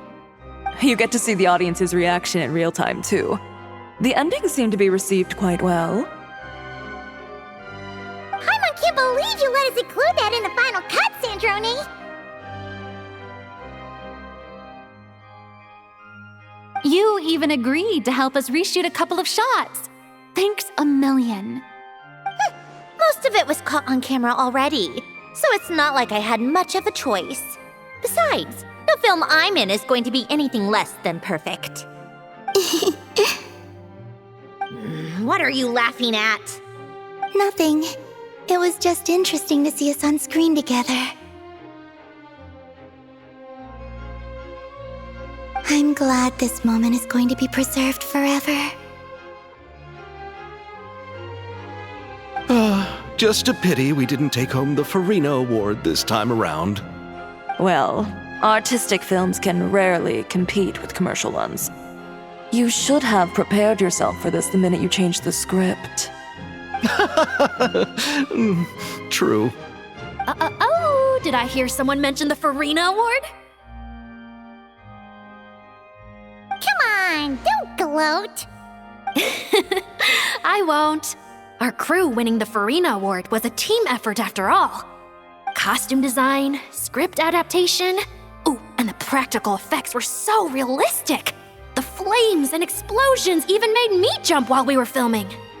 A lot of the effects were based on actual items the Special Patrol confiscated from criminals. Who knew they'd serve another purpose, right?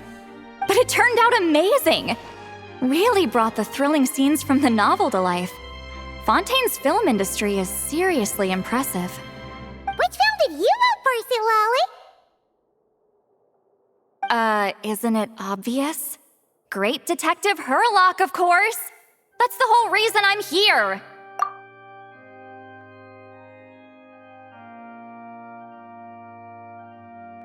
You all should be proud, though. A lot of critics are saying really good things about your film, too. Longing and loss, searching for something even after it's gone.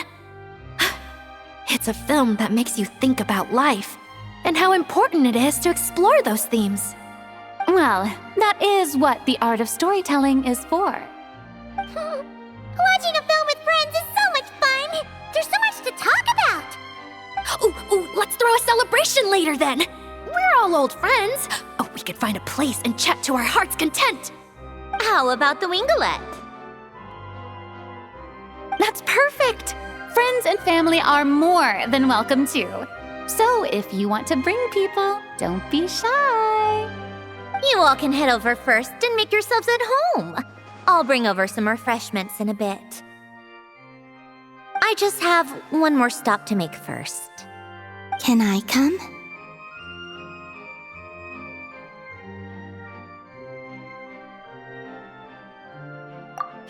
Fine. Not like you'd listen if I tried to stop you.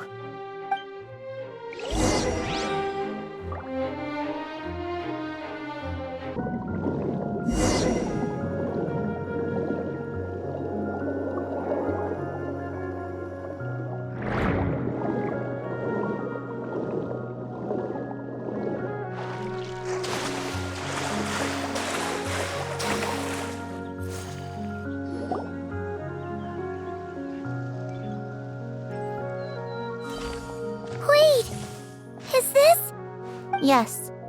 Here lies Lord Artificer, Elaine Gaeltan. This is his grave. Oh. I'm sorry, Ellen. I'm sorry this is the first time I've been back since leaving Fontaine. I should have come to see you more often. I got your gift. I even cleaned up one of the Nartsitzenkreuz Ordo's messes along the way.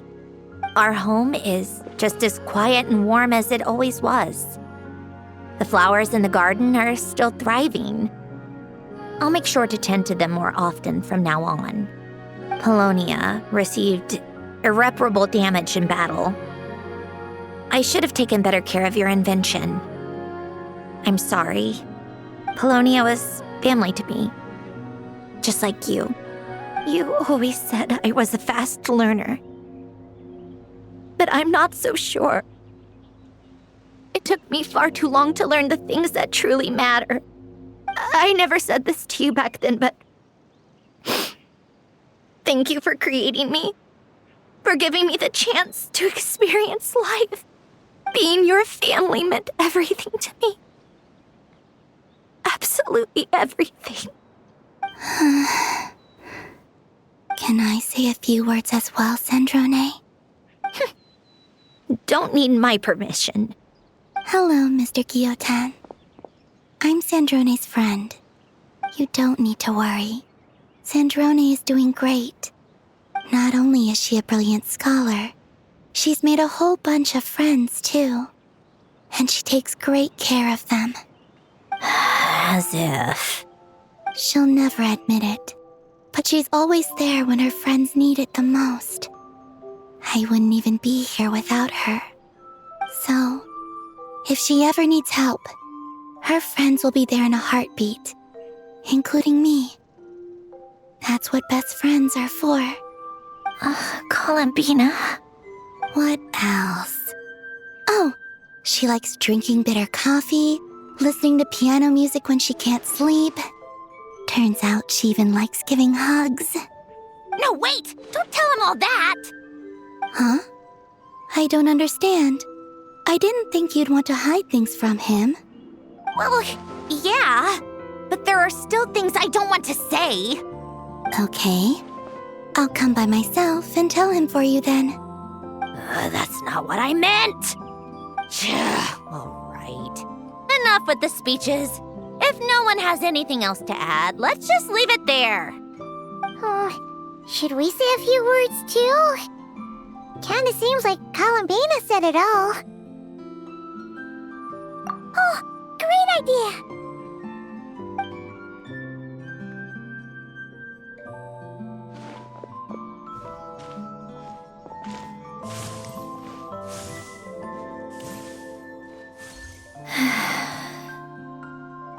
Goodbye, Ellen.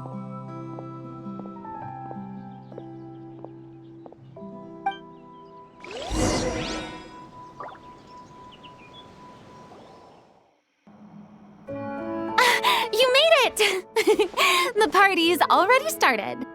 Oh, but, you didn't bring anyone else along? I thought you headed out to invite some friends. We did invite a friend, actually. She'll be here soon. She's even bringing some desserts to have over tea. You should join us later, Miss Farina. I do love a tea party. Then don't mind if I do. This seems like a fun occasion. Let's go talk with everyone. Good idea! We'll introduce you to all our old friends.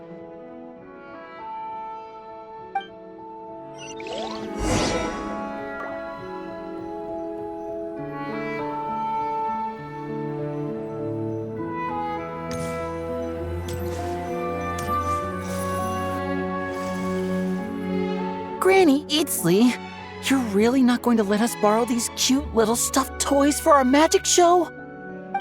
First of all, Seat Lalin and Eats Papa are Chi-Chi meal. They have inauspicious stars sealed within them, and they're my helpers, not toys. But the Grin Malkin Cat and Boggle Cat box are Linny and Lynette's helpers. And they still make good partners on stage. Agreed. We've never had a Chi-Chi meal pop out of our hats before. It would be quite the surprise. I think the audience would love it. If this was the Masters of the Night Wind, these kids wouldn't have even had the guts to say my name, let alone pester me like this. I'm terrible at dealing with requests like this. Oh, Traveler, quick, save me!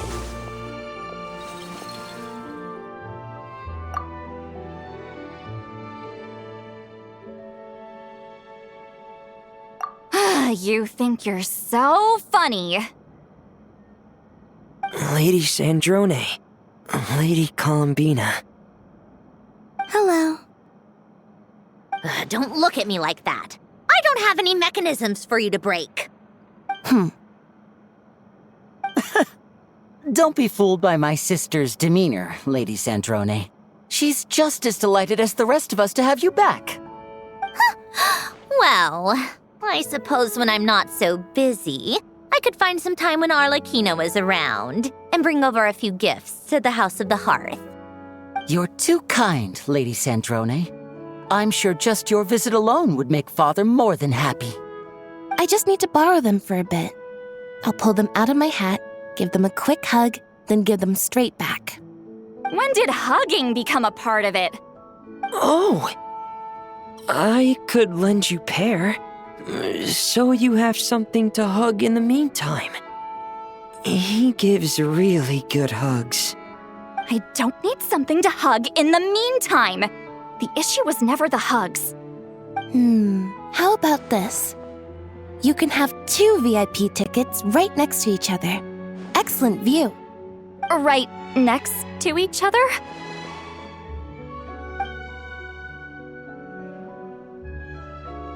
Yep, super quiet. No one will bother you.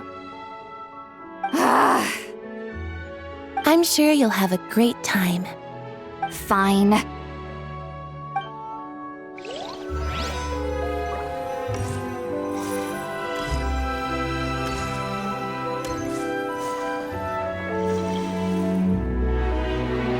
You made it. Sorry for starting the celebrations without you. No worries at all. We're just glad everyone's having such a great time. Oh, right. You've probably seen them around already, but let us introduce you for real. This is... Miss Columbina and Miss Guillotin, right? Oh, we saw the film you were in. It was so touching. Yep. This one started bawling her eyes out right next to me in the theater. I know. I didn't bring nearly enough tissues. Thanks. We saw your film, too. I memorized all your names. Oh, guess we can skip the introductions then. Our effects were pretty over the top, right? Some of the extras in the big scenes were actual members of the Spina di Rosula. So basically, your contribution was creating realistic-looking chaos. That wasn't the only realistic aspect. Miss Chevres and Miss Emily were also kind enough to lend their expertise on criminal investigations and forensics. Oh, it was nothing. I was just honored to take part and help out. Wow! No wonder your film turned out so good! You basically had an expert in every field. Talk about a stacked crew!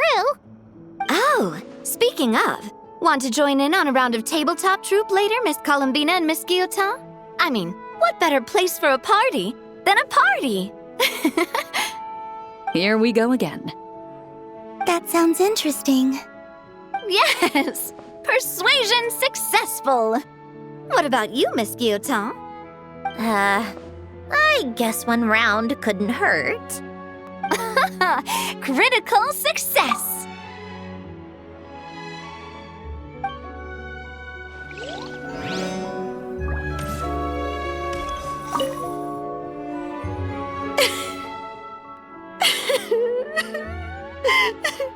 What a dream come true! For once, it all worked out! I can die without regrets. Let's not get too ahead of ourselves, Director Lapine Pauline. What was in that piece of cake you just handed her, Escoffier? Bromaritime flowers, eggs, flour, same as all the other pieces. What, you think I tampered with it? Playing a detective in real life now too, are we? Oh, it's so delicious! I'm so happy! My life has peaked!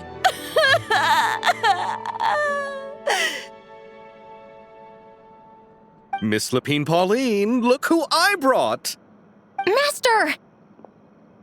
Wait, what happened to your face? Why are you crying? Never mind my face. Here, let me introduce you. This is Miss Charlotte and Miss Escoffier. Things are sounding lively over here. Oh, look who it is! Perfect timing. I was so busy with the shoot, I feel like we barely got to talk. Ah, and the elusive Miss Guillotin. It's great to see you. Thank you so much for letting us use the boat free of charge. That was so generous of you. Oh, right. Introductions. This is Miss Charlotte and Miss Escoffier. That's kind of you, but I didn't really do anything. If you want to thank someone, it should be the Duke or the people who keep the boat in such good shape. Right. I'll head over in a bit and do just that. Miss Columbina? Yes? Could I interview you sometime? I'll treat you to some gâteau de bord for the trouble. There's only a limited amount available each day, but it's an absolute must-try when you're in Fontaine. Oh, sure. Bold of you to use my own cake as a bribe right in front of me. You know what? When else are we all going to be together like this? Come on, everyone! Grab your drinks!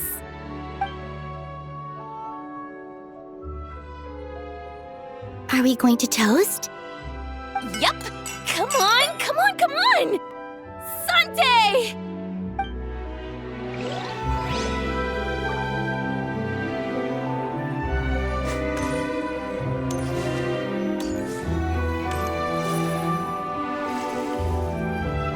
Wait a second! Mr. Baptiste and Veronique! You're here! Friends of yours? Veronique is the prop manager for Musketeer Pictures, and Mr. Baptiste is the author of The Two Musketeers. Yeah, former prop manager. Now we're just two criminals serving our time.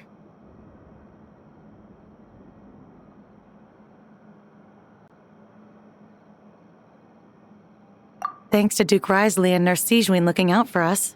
Not too bad, actually. You make it sound like I'm giving you special treatment.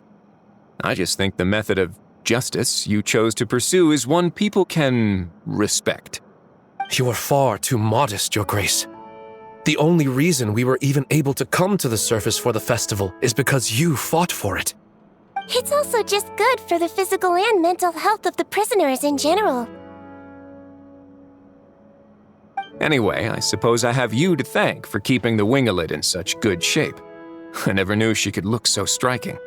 I didn't do anything special. It was mostly the Traveler and the others. Don't sell yourself short, Miss Guillotin. You are the current captain, after all.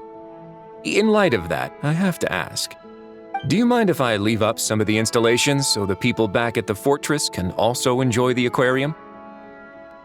Huh? Like I said before, I just think it would be good for the inmates who clean and maintain the winglet to see their work put to good use. Besides, maintaining an aquarium is sure to be a lot more interesting than scrubbing rust off the walls and deck.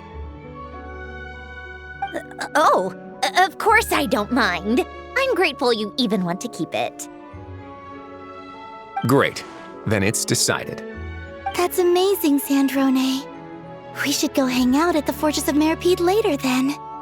You do know you just invited me to hang out in prison, don't you?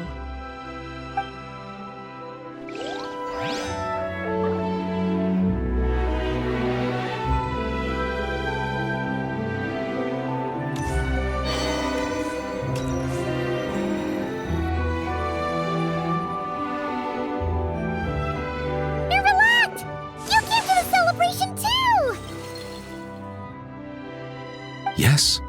I can only hope my presence does not make anyone ill at ease. Who's this? All right!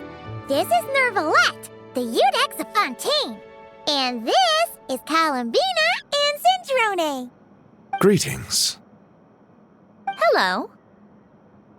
These two must be the Fatus and former Fatus related to the recent incident in Nodcry. I read about them in the diplomatic report.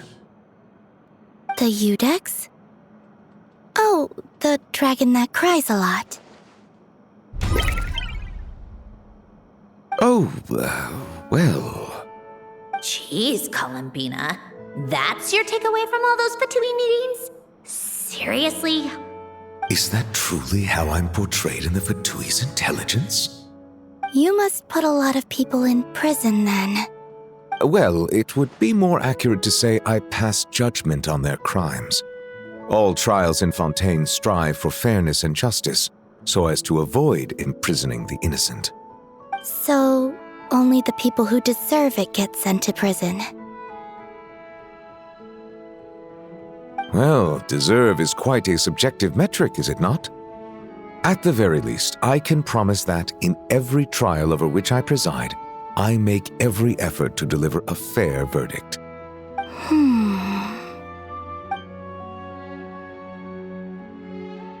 Yeah. Oh, for the love of... what is she doing now? You seem like a good dragon. Not the kind that throws people in prison for no reason. I think we can get along just fine. Well, thank you. Then she punched me because... Oh, sorry, Nervalette. She thinks that's a sign of friendship. Where does she even pick up weird habits like that? Ah, I see. I believe I have observed people on the streets of Fontaine expressing affection in a similar manner. I suppose I now know what it feels like. Yes. Quite, abrupt. You know, these two are surprisingly alike. Oh, looks like Arlecchino's here. Come on, Columbina. Let's go have ourselves a tea party.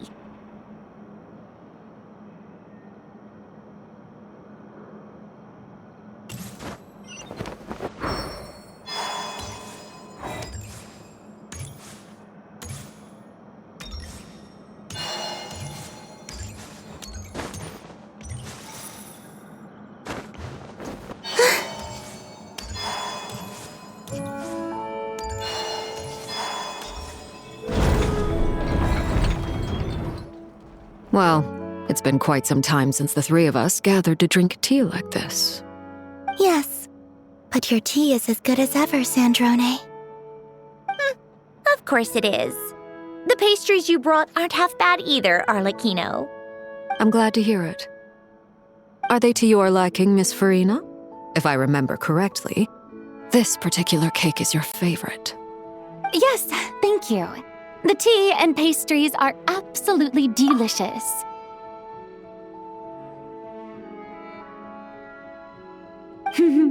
I can't believe I'm casually sipping tea with 3 harbingers. Or are some of them former harbingers? Who knows?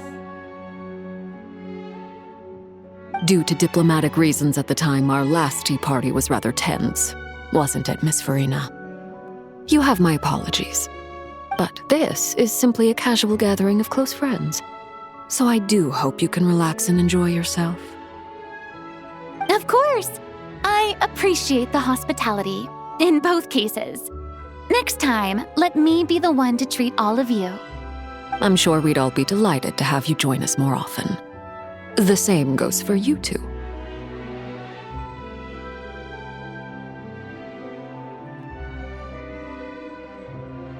Of course we should do this again! We've all been through thick and thin together by this point. This is nice, Sandrone. It reminds me of the happy times back in Snezhnaya, when things were so lively. Yeah. To be honest, I never thought these gatherings would feel this lively ever again. Well, I think I speak for all of us when I say we're truly glad you're back, Sandrone. Me too. I've realized that holding on to what matters doesn't just mean protecting what you already have. By reaching out and striving for something new, you can gain much more than you think. No, that certainly doesn't sound like something the old you would say. Well, I'm only going to say it once, so don't get used to it. Who knows? Perhaps your tea parties will only get livelier from here on out. Once you return to the Fatui, we'll have more opportunities to keep in touch in any case. I want to spend more time together too. But I don't want to go back to the Fatui. Well, Notcry isn't too far from Snezhnograd. It shouldn't be hard to find a place where we can all get together. Oh, and then I can sing for you. Or put on some of your favorite music. Just like the old days. Speaking of music, I spotted a mechanical piano below deck. Is it yours, Miss Guillotin? Yes. Reclaimed, I suppose you could say. Why don't you play something for us? Huh? In front of all these people? Yes, why not? You play so well.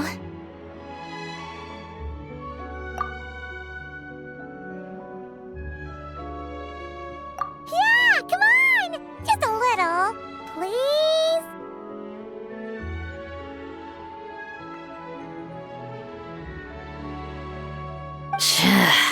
For the love of... Fine! One piece, and that's it.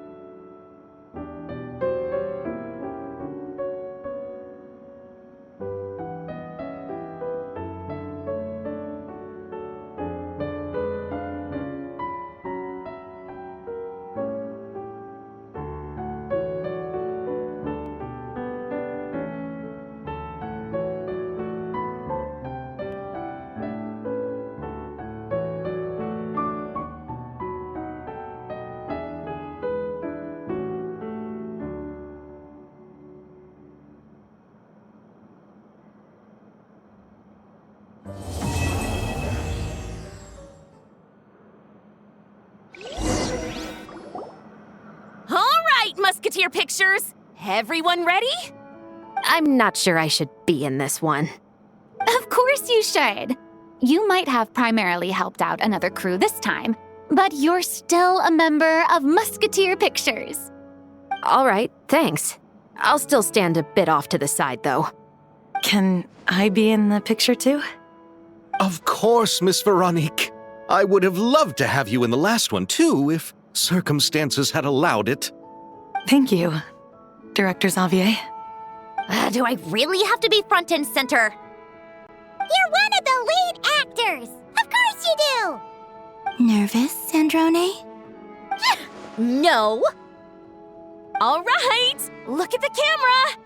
And 3, 2, 1.